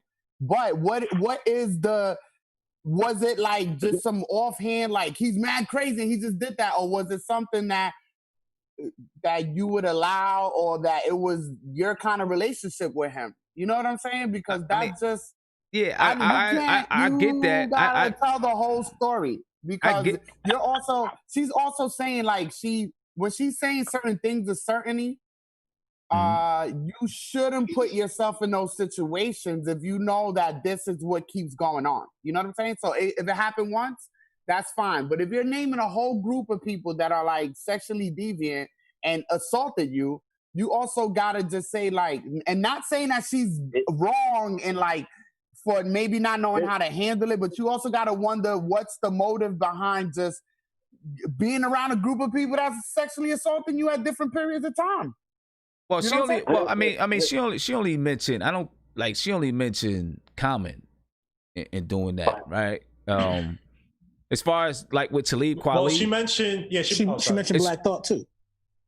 That mentioned Black Thought too. That I think we got to do a bullet point of all her claims before we. Seriously, because it was so much. It was so much that I'm like, yo, Sim, what did she say? Like, I didn't hear it, but I heard it. But it was just like it was scattered. But she mentioned Black Thought, and I thought she mentioned him and having an affair with him and having a relationship, but not sexually assaulting her though. I think she mentioned Talib Kweli looking at her at the in the dressing room, right? But I think that what I took from when she mentioned Talib Kweli, what I took from that is that was something that she was allowing him to do. Yeah. Well, I took that with the Talib because they was messing around, like they was in a relationship. So I kind of took that like that was something that she allowed. You know, was just kind of messing, you know, like using that to kind of drag him a little bit. I thought that. Listen. I can tell you this. In the industry, there are women who are with different dudes who run in the same circles all the time. It's not uncommon, bro. And it's not uncommon for some of these dudes to try to wife those women. It's not uncommon at all. You know, no pun intended. So I don't know, but she's making a lot of. She also was bragging about it. She also like, yo, I'm a rock star. So in a way, she had the attitude of those niggas. Yeah, but at the same time, come on, bro. You know, it's 2020. And that don't give. It's 2020. You can't get away with that. She's gonna be right one way or other. Now, whether people take her seriously and whether the claims start to, whether things start to come to fruition and it starts to gain legs, that's a whole nother story. But I mean, you know, it was very much so all over the place. What I will say is the stuff she was saying about Questlove was kind of telling, but I don't think she's lying about that, bro, because even if you listen to Questlove in interviews, he was always doing things to try to get either his peers or the people who he looked up to like him or to like what he's doing musically. What she said about Questlove? She was just saying how he was always trying to get Jimmy Fallon to like him by doing different things, trying to get Jay-Z to like him by doing different things. And she wasn't wrong about the whatchamacallit, the Jay-Z to Unplug. She made that. You got to remember, Black Thought wasn't on that back in 2000, 2001. He wasn't on that. And then people started to wonder, is Black Thought still going to be part of the Roots? Does he have like a role there anymore? Because they killed it, but they really killed it because of her. No doubt about it. They really killed it because of her. They needed her for that. And it wouldn't have been the same without her, especially when they did Heart of the City. Killed it. People need to go back and look at that now. And they need to, you know, start to rethink some things. But you know, she's making a lot of claims, and she said it herself. She's like, yo, I'm a freak.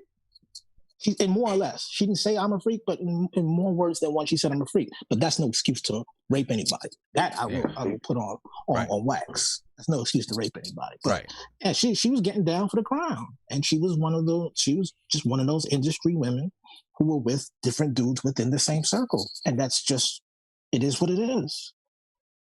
Yeah. Yeah, well, we'll see. You know, I'm interested to hear what Common has to say. You know what I mean? If he's gonna come out, if he's gonna come out and say anything about it at all. Yeah, I know Tiffany Haddish confirmed it. That what? That Common and Jaguar Wright used to date.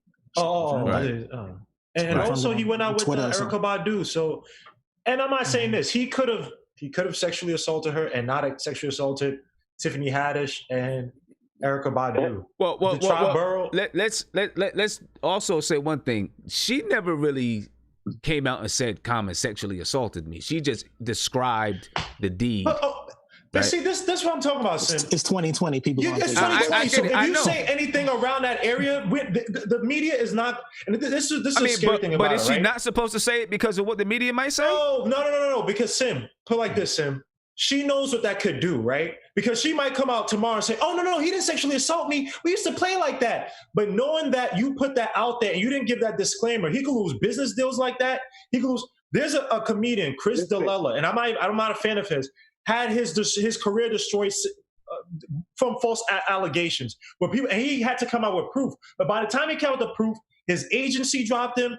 A show that he was on dropped him, and now people are like, "Oh yeah, okay, they were lying." So when you come out with these things that seem like allegations, now if you came out and said, "Oh, Common, he's a freak.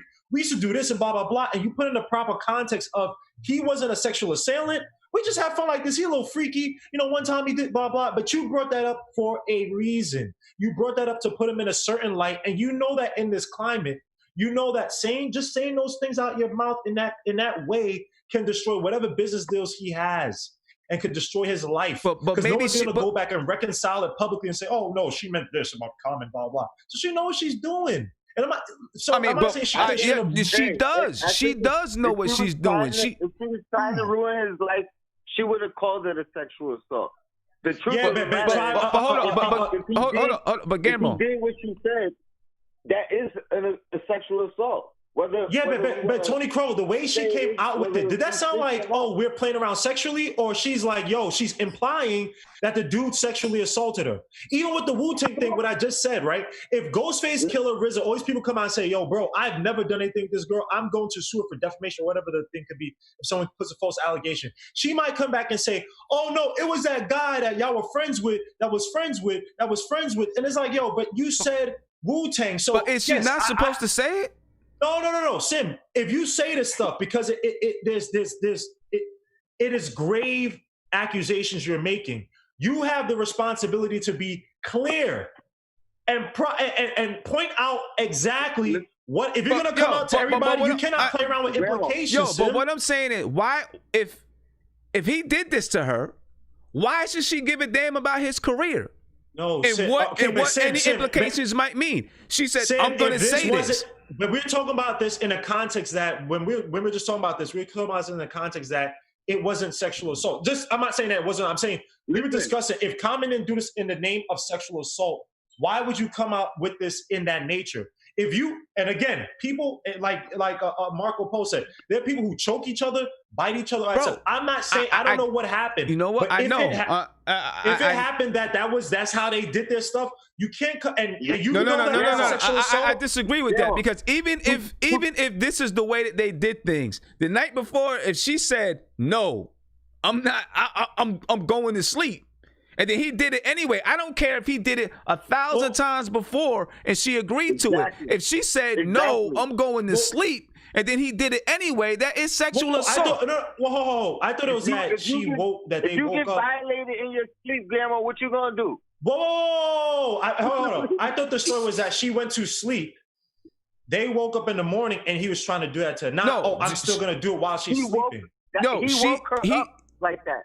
Yeah, he went to.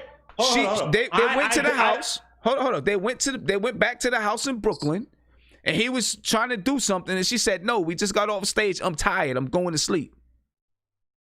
And then she woke up to that. Okay. Oh, so let me. If he's forcing his way onto her, and then it's sexual assault. I'm not caping for any sexual assailant. I thought it was that. Oh, I woke up in the morning. He was trying to do this to me. But I brushed him off, and then it was like, all right, whatever. So again, I'm not caping for any sexual assailant. I'm not caping for sexual assault. Now again, if you come out and you say sexual assault, first and foremost, to anybody who's been saying, I know it's tough, but please, if it happens to you, go to the police as soon as possible. Just because even if you don't get the conviction, whatever, let there be public record, because things could change where cases can be. They could go back to a case, but oh well, this had blah blah. Please, so it's not he said she said, and there's no evidence of it. That's all I'm saying. With this situation, let me just say this before I hang up. I feel like as men, we need to acknowledge that we have done and witnessed and allowed some messed up things at some point in the past. I haven't. I've never raped. I've never assaulted. So you count yourself for that shit. I've never done that. Maybe not. And good for you. And a lot of men haven't. I don't know why everyone has to put men under this. What men need to do is be accountable. Hold on. Let him finish. And say yes. You know, even if what she described, because that's not far-fetched. Like you said, people play like that. People have that kind of relationship. The point is, if the other party at any point feels some kind of way, it's about how they feel. It's not about what happened in the past. It's not about what we're used to. And we have to acknowledge that. That's all I'm saying. I don't know if anybody has been to the Puerto Rican Day Parade in the 90s, but that's the type of thing that I'll talk about, because I used to frequent. And a lot of messed up things went on there. And it was a playful atmosphere. And it wasn't a lot of complaints. But times were different. Yeah, it's disgusting. But hold on, but again, that's not. You're taking an extreme example of a terrible atmosphere at those parades where guys are gripping girls' butts when they don't, and no one's sitting here caping for that, right? But you're trying to conflate that and say, well, men gotta blah blah. Well, if you actually read the rape statistics, there are a bunch of men who don't come out about rape and sexual assault. There are literally no centers for men and all that stuff. And people keep saying, I'm not saying that it doesn't obviously happens to women. It's terrible that it happens to women. But you're trying to make it seem like you've done so. I have never done anything in my life to a woman to sexually assault her, sexually assault her. I've never done. So I'm not doing that caping thing where I got to account. But I can point to a lot of women, older women, who tried it with me, who are older than me, and I wasn't older than 10. So, and no one points to that. Everybody wants to point to men this, men that. And if Common is a rapist, he needs to be in prison and he needs to have that Oz treatment. Again, I'm not kidding for any rapists, but we don't have the other side of the story. We have one person's side of the story, and we're going along with that. And the funny thing, I don't think anyone said they were going along with it. I don't think anyone said that they were going along with it. If you go to your chat sim and I'm looking in the chat conversation, if you go to the chat sim and the tone of this conversation is that Common this blah blah, right? We have one side of the argument. There's literally another side, and then there's the truth. Hold up. And I want to see where the truth is. If he's a rapist, send him to prison. I don't like these rapists. Hold on. Because I don't see that in the chat. I don't see that in the chat. Are you serious? Hold up. I just got into an argument with a few people. Hold up. Let me explain. Nobody said it was rape. You know what I'm saying? I think people recognize that she's making accusations. I think that people are more arguing about is she not supposed to say, or what what does she have to gain by doing this 20 years later? So he's taking the side. Okay, that's one person. That's not the whole chat. All right, hold up. You have how many people in the chat? I'm not trying to diss. You have 1, 2, 3, 4, 5, 6, 7, 8, 9, 10. That's not everybody in the chat. You have literally like 3 people in the chat who are saying, this is rape, blah blah blah. I think, but hold on. I think they're explaining if the deed went down that way. They're not saying that. Sim, I've been following the chat. So have I. I've been watching it. They're saying if it went down that way, if it actually went down that way, that it is. No matter when she says it, no matter if they had relations like that before, if it went down that way. Sim, I literally just said in the chat. I literally just said in the chat that if it was that way, I agree. And they're saying, why are you saying that? Why don't you believe her? Why are you saying? So they're going on the premise that no, because if you go back, there is a message that says, every woman that comes out, you don't automatically have to disbelieve her. They're not saying that she's automatically right. They know. But if you go all the way back, that's like where it kind of kicks off. You don't have to automatically disbelieve her. I don't know, but who here was saying? But that's the thing about it, right? Hey, what's going on, everybody? No one's saying for anybody to disbelieve her. And I literally came at it, and Triboro's my dude, so I'm not arguing whatever.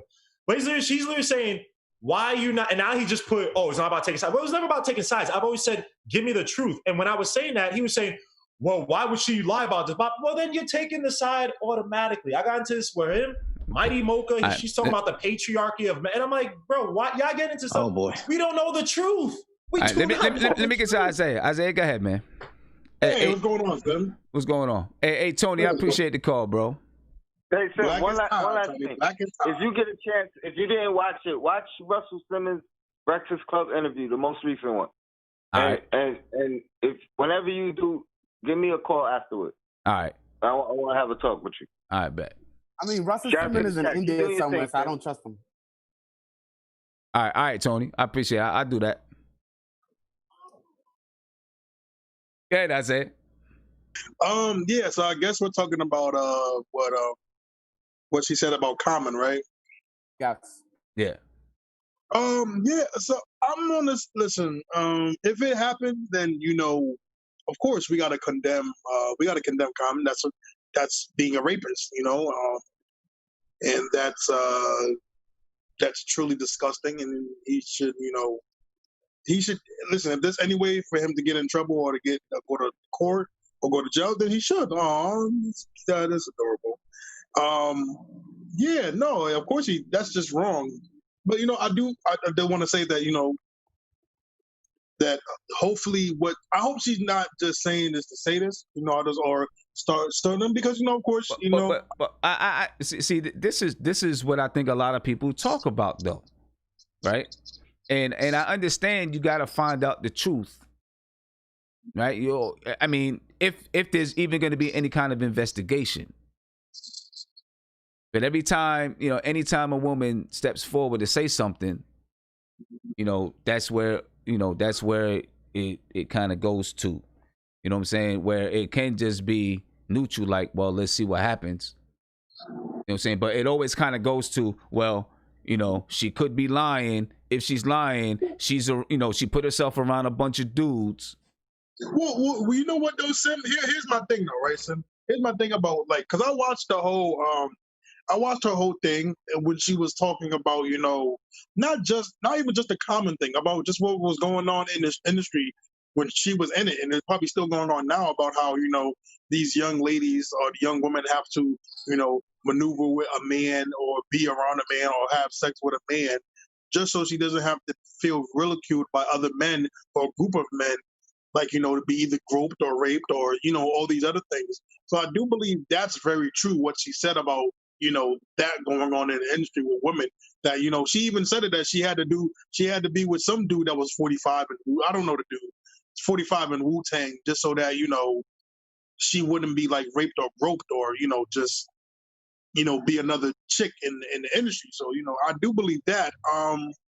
Again, you know, when it comes to women and rape, you know, I take it very seriously, and, you know, I take it very seriously. And I do believe that, you know, I do tend to go on the fence of, why would the woman lie? Why does the woman have to lie? Why would the woman, you know, try to do that? You know, but I do see, I also do see where Guillermo comes from with the whole thing about, you know, we got to see all the truths and we got to see all the sides. So, you know, rape is always a very touchy subject. You know, it's always a hard subject to really get, because I think you have people on both sides of the fence that be like, well, we have to automatically believe the woman because, you know, why would the woman lie? But then we also have people that be like, well, let's just, you know, let's hold back and see both sides. But it's hard to do that when you're also a victim. And, you know, it's easy for a lot of us to say, like, you know, we got to see one side or the other because we're not that person, you know? I think that's another thing that we got to understand, especially as, you know, just human beings and everything, that we got to put ourselves in that person's shoes, because we don't know, you know, for the people that have not been raped, we don't know how it feels to be raped, or have people not believe that a person could do this to another person, you know? So I think we have to have empathy. I can't say that word. Empathy. Why would you try? Yeah, why would you even? Why would you try? Why would I try? To say the word. You just messed up your whole vibe now. It's all right. Your credibility is shot. Turn this from a Law and Order episode to a comedy show. But I do believe that we have to have this and try to, you know, put ourselves in these people's shoes the best we can. But again, we have not, you know, for all our knowledge, we have not been raped. So we can't just say, you know, to be on one side of the fence or be on the other side, because again, we don't know how that person feels. So again, I really, really hope that she's not lying and, you know, doing this to Common. I really, you know, I hope she just, again, I don't hope she got raped, but I do hope she's not lying about it either. So, you know, again, we're going to see how this plays out in the next couple of weeks. I do believe, I don't even know if this can be an investigation about that. I really don't know, because isn't that more about he said now? It would depend on if she wants to press charges. And I'm sorry, you must not be living in 2020, or if you think that someone doesn't have, that there's no motive for someone to lie about rape or sexual assault, that there's not.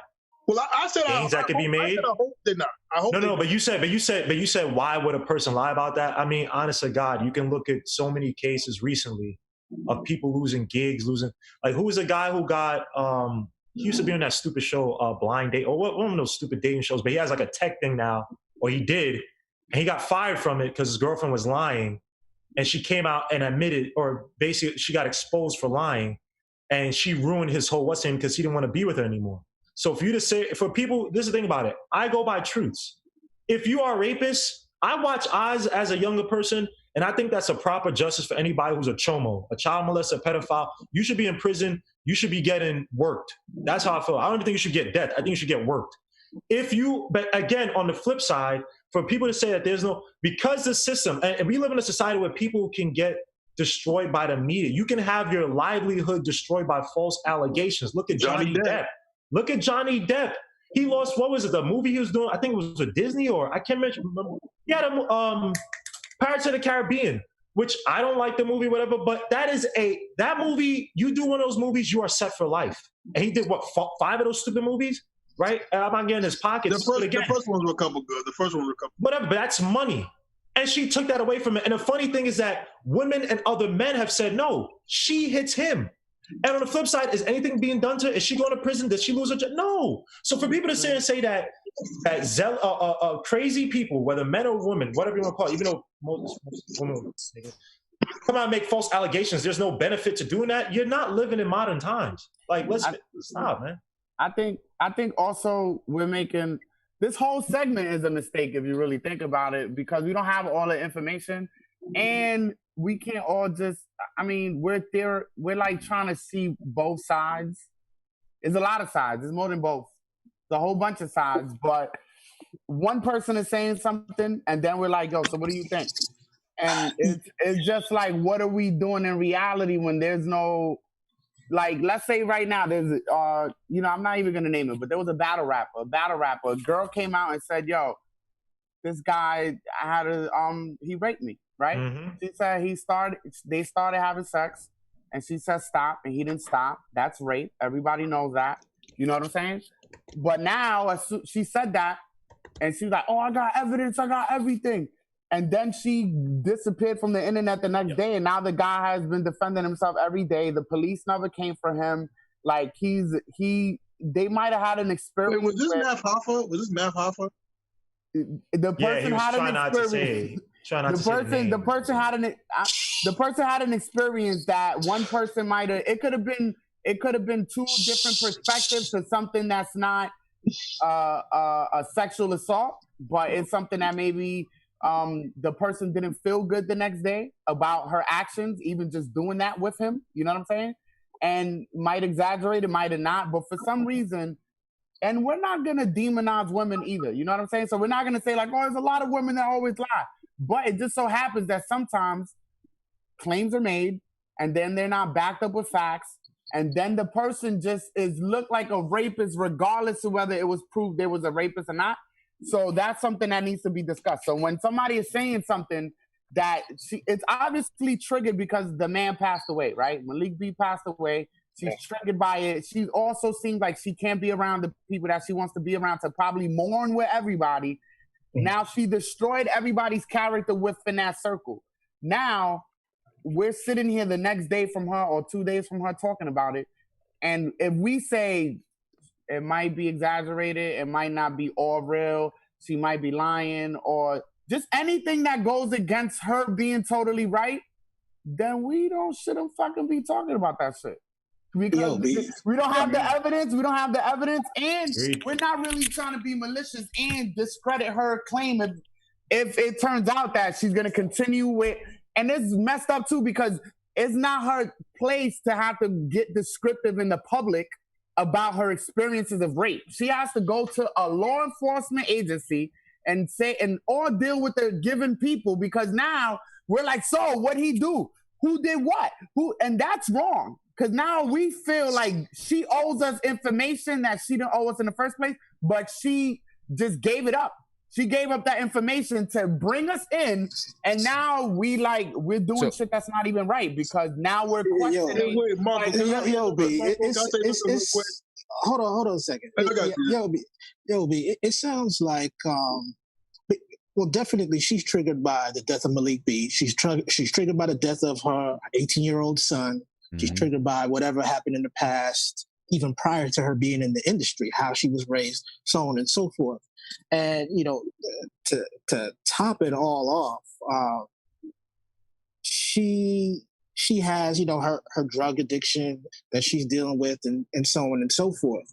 Now, from what she's saying in the videos, and I watched all the videos, she's looking for some type of street justice. And she's putting all this stuff out on the internet. And then she's trying to, I don't know, because she lives near Erykah Badu. She's not too far from her. Yeah, she lives in Dallas. Right. So she looked like she's trying to incite some type of street justice. And I'm like, man, this is the wrong way to go about doing it. You air it out on the internet, then say what you're going to do, and then possibly you're going to go do something. Because, I understand why. I can understand her frustration because she can't get in the same room with Questlove or Black Thought or any of these, Common or any of these people that, she's making claims about. She can't get in the same room with them. It's not going to happen. Security will squirt them out with the quickness. But, as she talks, I don't know, man. It's like I can't say she's wrong about everything. One, because of the details, and two, because I've been in the music industry, bro. I wasn't on the inside like that, but as a photographer looking from the outside in, it's like you see some things and you're like, holy smokes.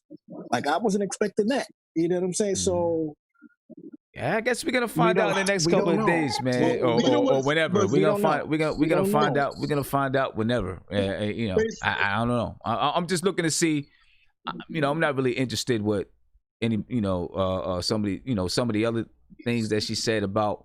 You know, this person sleeping around, these people doing this, that. You know, lyrics and all of that. I don't really care about that too much. You know what I'm saying? I'm interested to hear what Common is gonna say.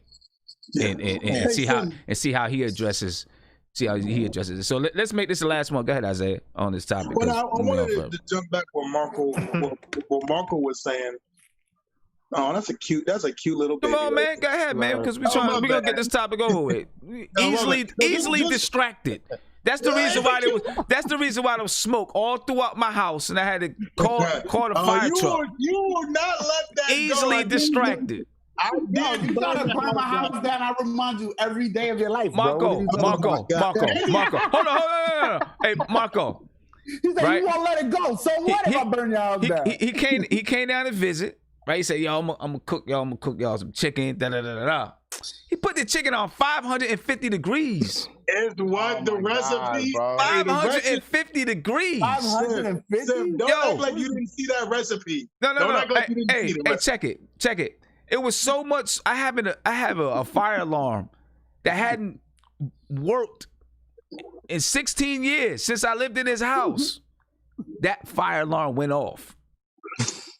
That fire alarm went off. You know what I'm saying? Now you know it works, man. Now you know it works. But, I don't even know if there was batteries in it. Oh man, you're scaring the baby, Sim. You're scaring the baby. But, all right, go ahead. Finish it off, man, because we about to get up out of here. Yeah, I did want to harp on what Marco said a little bit that I think got that didn't people up. So here's my thing, right? And I don't. It always bothers me when you see like these celebrities break down on the internet, or like that's the first thing they do. They'll go to like Facebook Live or Instagram or whatever, you know. Like Marco Polo said, why don't you?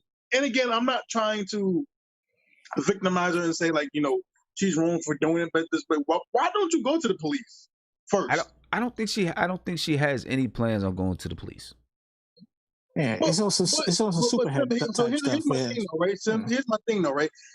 If you're not gonna go to the police and the proper authorities about, you know, these accusations, how it's tough, because how do you want me to support you? Well, because I mean, court of public opinion. That's why. That's why. All right, but I mean, listen. Obviously, we don't know all the details, right? But Isaiah, if I smacked you in the face and you held on to it, you didn't say nothing, right? You can decide to let it out however you want to let it out. Like as far as telling someone, you can just tell your mother if you want to. You can just tell your friends. Well, you ain't smacking me. Or you can go to the police. So can I ask you a question? Obviously we got to find out, you know, all of the details behind. I mean, we don't have to find out anything. Common will come out and say whatever he's saying, and then the details will, you know, maybe come out, maybe not. You know what I'm saying? But she did make it clear. She did make it clear that her intentions of what she is doing is to drag him in the mud. She's not looking to go to the police. But Sim, so here's my thing though too, like you know, that kills your idea, Isaiah. Like JGP said, you know, I think there's a lot of factors going on with her right now. I think with Malik B's death, her son dying, and her doing, I don't know if she does drugs. I don't know that part. But if she is, there's a lot going on with her right now where it's like, I'm listen again. I'm not saying she's lying, but there's a lot going on with her right now where I think we can all agree that she's not in the mentally best. She's not her best mental right now. She's not. I mean, you lose a close friend, you lose your son. I don't think you're. I would hope you're not normal. You know, I just don't know. But if you're not going to go to the police and you're just doing this to drag him to the mud, I mean, I don't know.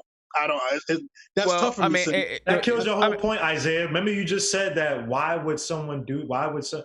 Again, the court of public opinion is so powerful now, especially with the way that a lot of the media now, or the fact that we don't have to watch. They need to come to us, right?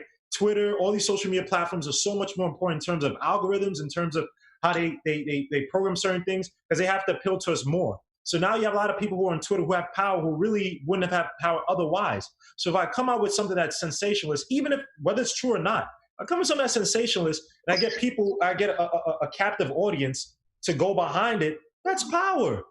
That's power. Like you said, 20 years ago, and again, she could be a hoe and has still been raped. A person who's promiscuous and still been raped. I'm not saying there's not, but the fact that she's sitting there bragging about, I had multiple boyfriends, it was blah, blah, blah. It's like, again, this is a person who's been, I believe when she said she was raped. I'll believe that. When she said she was raped as not as a kid, she said younger, whatever, raped in young years, I believe that. This is a person who may have been hurt. And one thing, my mom being a social worker, what people do to hide the pain, and you see it in some TV shows, whatever. Some TV shows actually follow research and stuff. Not saying that she's lying about things, but their psyche is messed up, where they can be delusional. They can develop things like, what is this disorder? Is it not bipolar? Yeah, man, it's basically where they create delusions in their head. So they can have a relationship with somebody that's a bad relationship. It turns bad, from you, and they keep telling themselves they've been raped or they've been sexually assaulted, and now they have the story in their head. I forgot what the damn disorder is called. I'm not saying she has this, but again, this person that has been sexually molested, raped, and she has not gotten proper therapy for it. She tried to go into a music industry, and I agree with her in the sense that the music industry, the industry itself, they have a bunch of predators. They have predators in high places. Lots of predators. Lots of them. I'm not even denying that she didn't run into these predators. But she's going to a music business where she's like, she might be, I've been raped, blah, blah. Let me try to put into this music, blah, blah. And now she's around these same predators who are doing this stuff. And so she could be messed up from that. And then she can have relationships with people like Kama, whatever. And then she get delusions in her. I'm not even saying that she's lying. So she needs proper help. Going to social media, it ain't going to help her. It's not going to do any good but reinforce things that may be going on in her head that are not healthy. But see, this is what happens though. We don't know if she's gone and got help or not. She might have. She might have. She might have been to a million therapists. You know what I'm saying? And went and got whatever help. She stayed in the music industry. That's the thing about it. If the music industry, as she's saying, is toxic, right? If you got cured of cancer, right? And you go back and live in a place where there's toxic sludge that creates cancer, and you go live there, you're probably gonna get cancer again. So if you continue to stay in the music industry with these predators, you're gonna probably run into those same issues, or that issue is gonna flare up again. Did she stay around the same people? Did she stay around the same people? Obviously, she's not around the same people. She's around. Fair enough, but she's around different people. But it's still. But again, the music industry, if she's talking about, it has a predatory nature to it. If you're gonna stay, it doesn't matter. You could go from classical music, and there are a bunch of predators over there, and go to hip hop, and there's a bunch of predators over there, because the same structure, right? You A&Rs, those people, blah blah. You have to get on through this, blah blah, whatever. If she's around that same environment, I'm saying you could flare up those same issues that you could have went to therapy for and solved. So she could just be, again, the music industry, if that was the case with her, it is not a healthy place to be in. Now, again, her talents are writing or music. So who am I to argue? You know what I mean? That's her way of life. That's her way of living. It is tough. But again, try to make it money. But if you're going to go back to arena. Yeah, listen, we don't know. I mean, she admits to being a rape victim. We don't know if that came in the music industry. That could have came somewhere outside of. You mean when she was raped earlier? Well, she said, I'm a rape survivor. Oh yeah, no, I was. That's what I kept saying. I actually thought that. I was actually agreeing. I was thinking that she was raped, like a family member when she was younger or whatever. Blah blah. I mean, there are a lot of, especially black women. Not trying to be explicit. A lot of black women who grow up quicker than some other people. You got uncles. You got people who rape and pedophilia is rampant, and especially for black girls. So I actually thought this is when she was younger. So I agree with you on that. Yeah. I'm just saying that happens to you. You go back, you go into a music industry that's toxic. And again, she's running around with people like Wu-Tang and stuff like that. So she might have tried to put on a persona or this thing of like, I'm masculine, blah, yeah, I can take this, blah, blah, yeah. I'm gonna try to control it by trying to be that thing versus getting away from it. Well, I mean, now we're putting things on her. She might have tried to do this and do that. No. All I'm saying is that the environment itself is not, if that's the case for her, she was never going to win in that environment. If she was somebody's raped, if you're in a predatory environment, you're not going to win. Those same issues of being raped, those things are just going to flare up again if she got therapy as a kid or whatever. That's all I'm saying. I'm actually on her side saying that the music industry. Well, I don't know, but you know, I guess we'll have more time to talk about this. I am going to get into Dinko D's new song and get up out of here, man. Play that as a lullaby for Isaiah. He's ready to go to sleep. Yeah, I know. Well, he always play it off like he's relaxing. Nigga, you're in the bed. Look, man. As long as he ain't laying on his stomach. Well, first of all, where with his feet out. Where the baby go, Marco? The baby is on the roof. We don't know where the baby Yo, this dude been tossing his baby. All right, come on, man. Dude, baby's right there, bro. Yeah. That is a great point, son. Hey, yo, look, I'm gonna get up out of here, man. Baby's right here. She the superstar tonight. She the superstar. Yeah.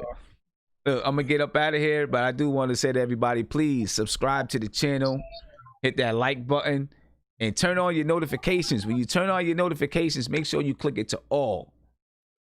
All right, it could be all or personalized. Make sure you click it to all. That way you get notifications of all the videos that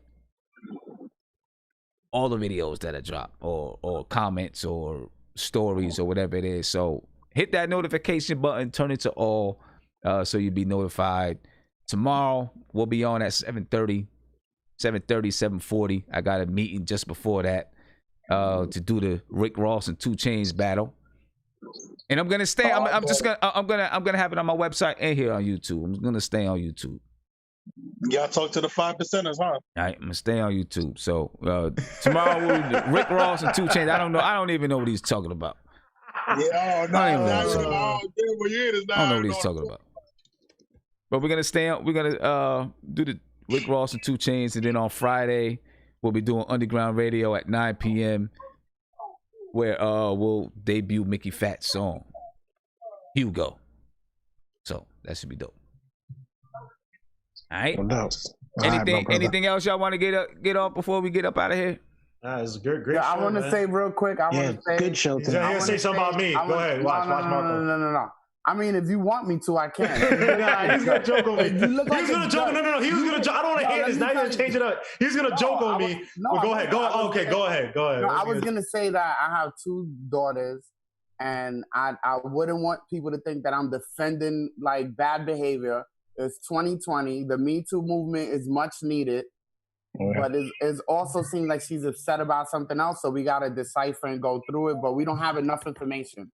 So regardless of what I said, we also doing a podcast where we're doing jokes, and then it's just like, all right, you don't really know when to stop the joke. You know what I'm saying? But I'm not insensitive to the situation, and I actually was trying to see if she could come on the show, and maybe she'll come on the show, but that's something that we're trying to do. And in reality, you know what I'm saying? Women that get, sexually assaulted and things of that nature, they should speak up. And then we can't always control when they're going to speak up because it's also trauma involved. And when they're ready to do it, they do it. We just have to be sensitive, even though sometimes it seems, like how they do it is a little weird. We have to just understand that the whole situation is weird. You know what I'm saying? So let's pray for her. And let's hope that, this is let's hope it's a real situation, but whatever the truth is, let's hope it comes out. And, we didn't have all the information, so we might have said things that sounded crazy, but I think everybody here has a good heart, and that's not what they meant. Yeah. I just wanted to say, man, Marco Polo. Good night. No, Marco, man, I definitely agree with you with that, man. Like I said, I really wholeheartedly want to pray for her and because I feel like she is really going through a lot, like JTP said, like, first and foremost, RP Malik B, because I think this really started the whole thing of what's going on. You know, I feel like that was the breaking point for her. And, you know, I just think just a lot's going on with her right now. And just, you know, just pray for her mental and pray, you know, that, you know, the truth does come out. And, you know, it's just an unfortunate situation now, and it's sad that this had to happen. And, you know, we also have to, you know, pray for these young women in the industry, man, because I still believe what she said is going on today.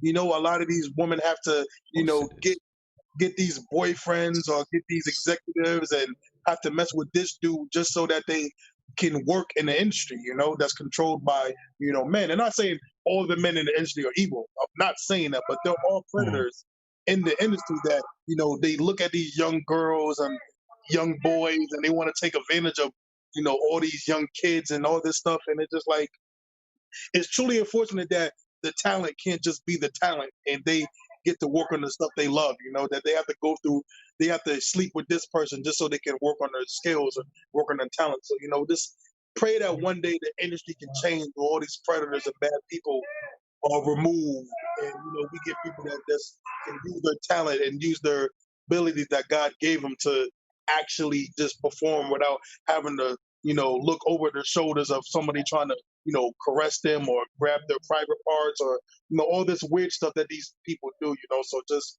you know, let's just hope and pray that, you know, the truth comes out and that, you know, people could just work and just, you know, without looking over their shoulders, you know. So, all right. Yeah.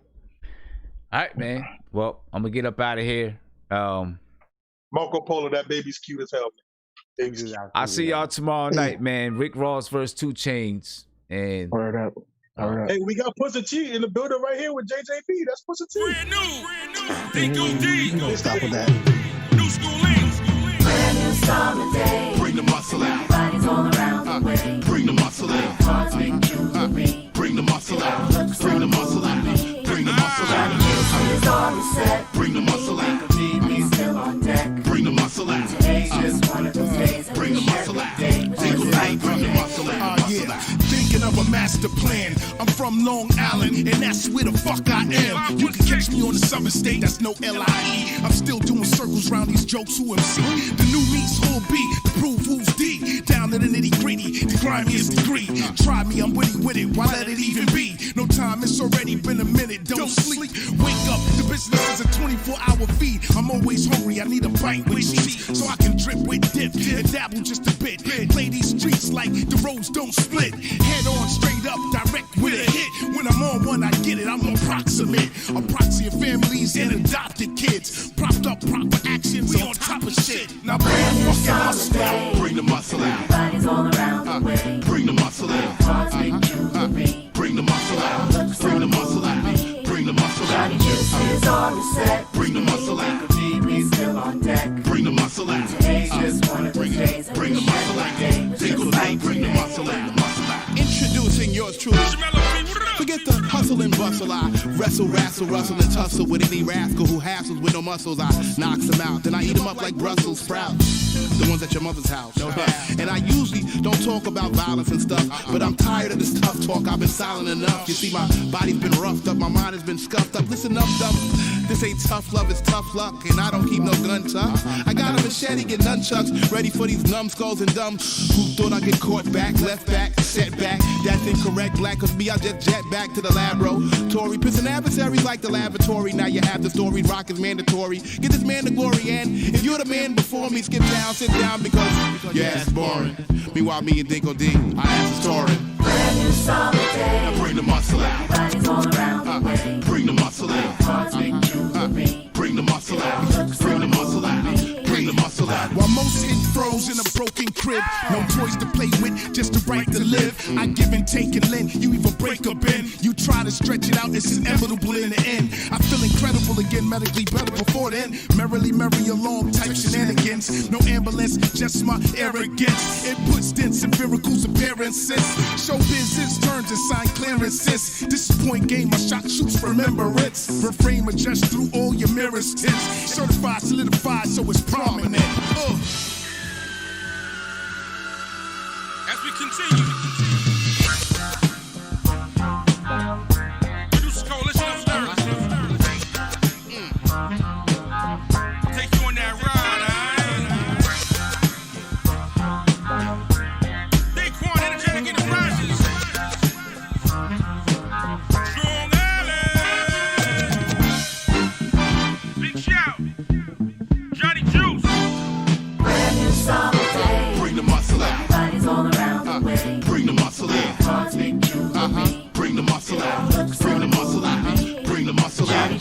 it's all set. Bring the muscle out. DJ's still on deck. Bring the muscle out.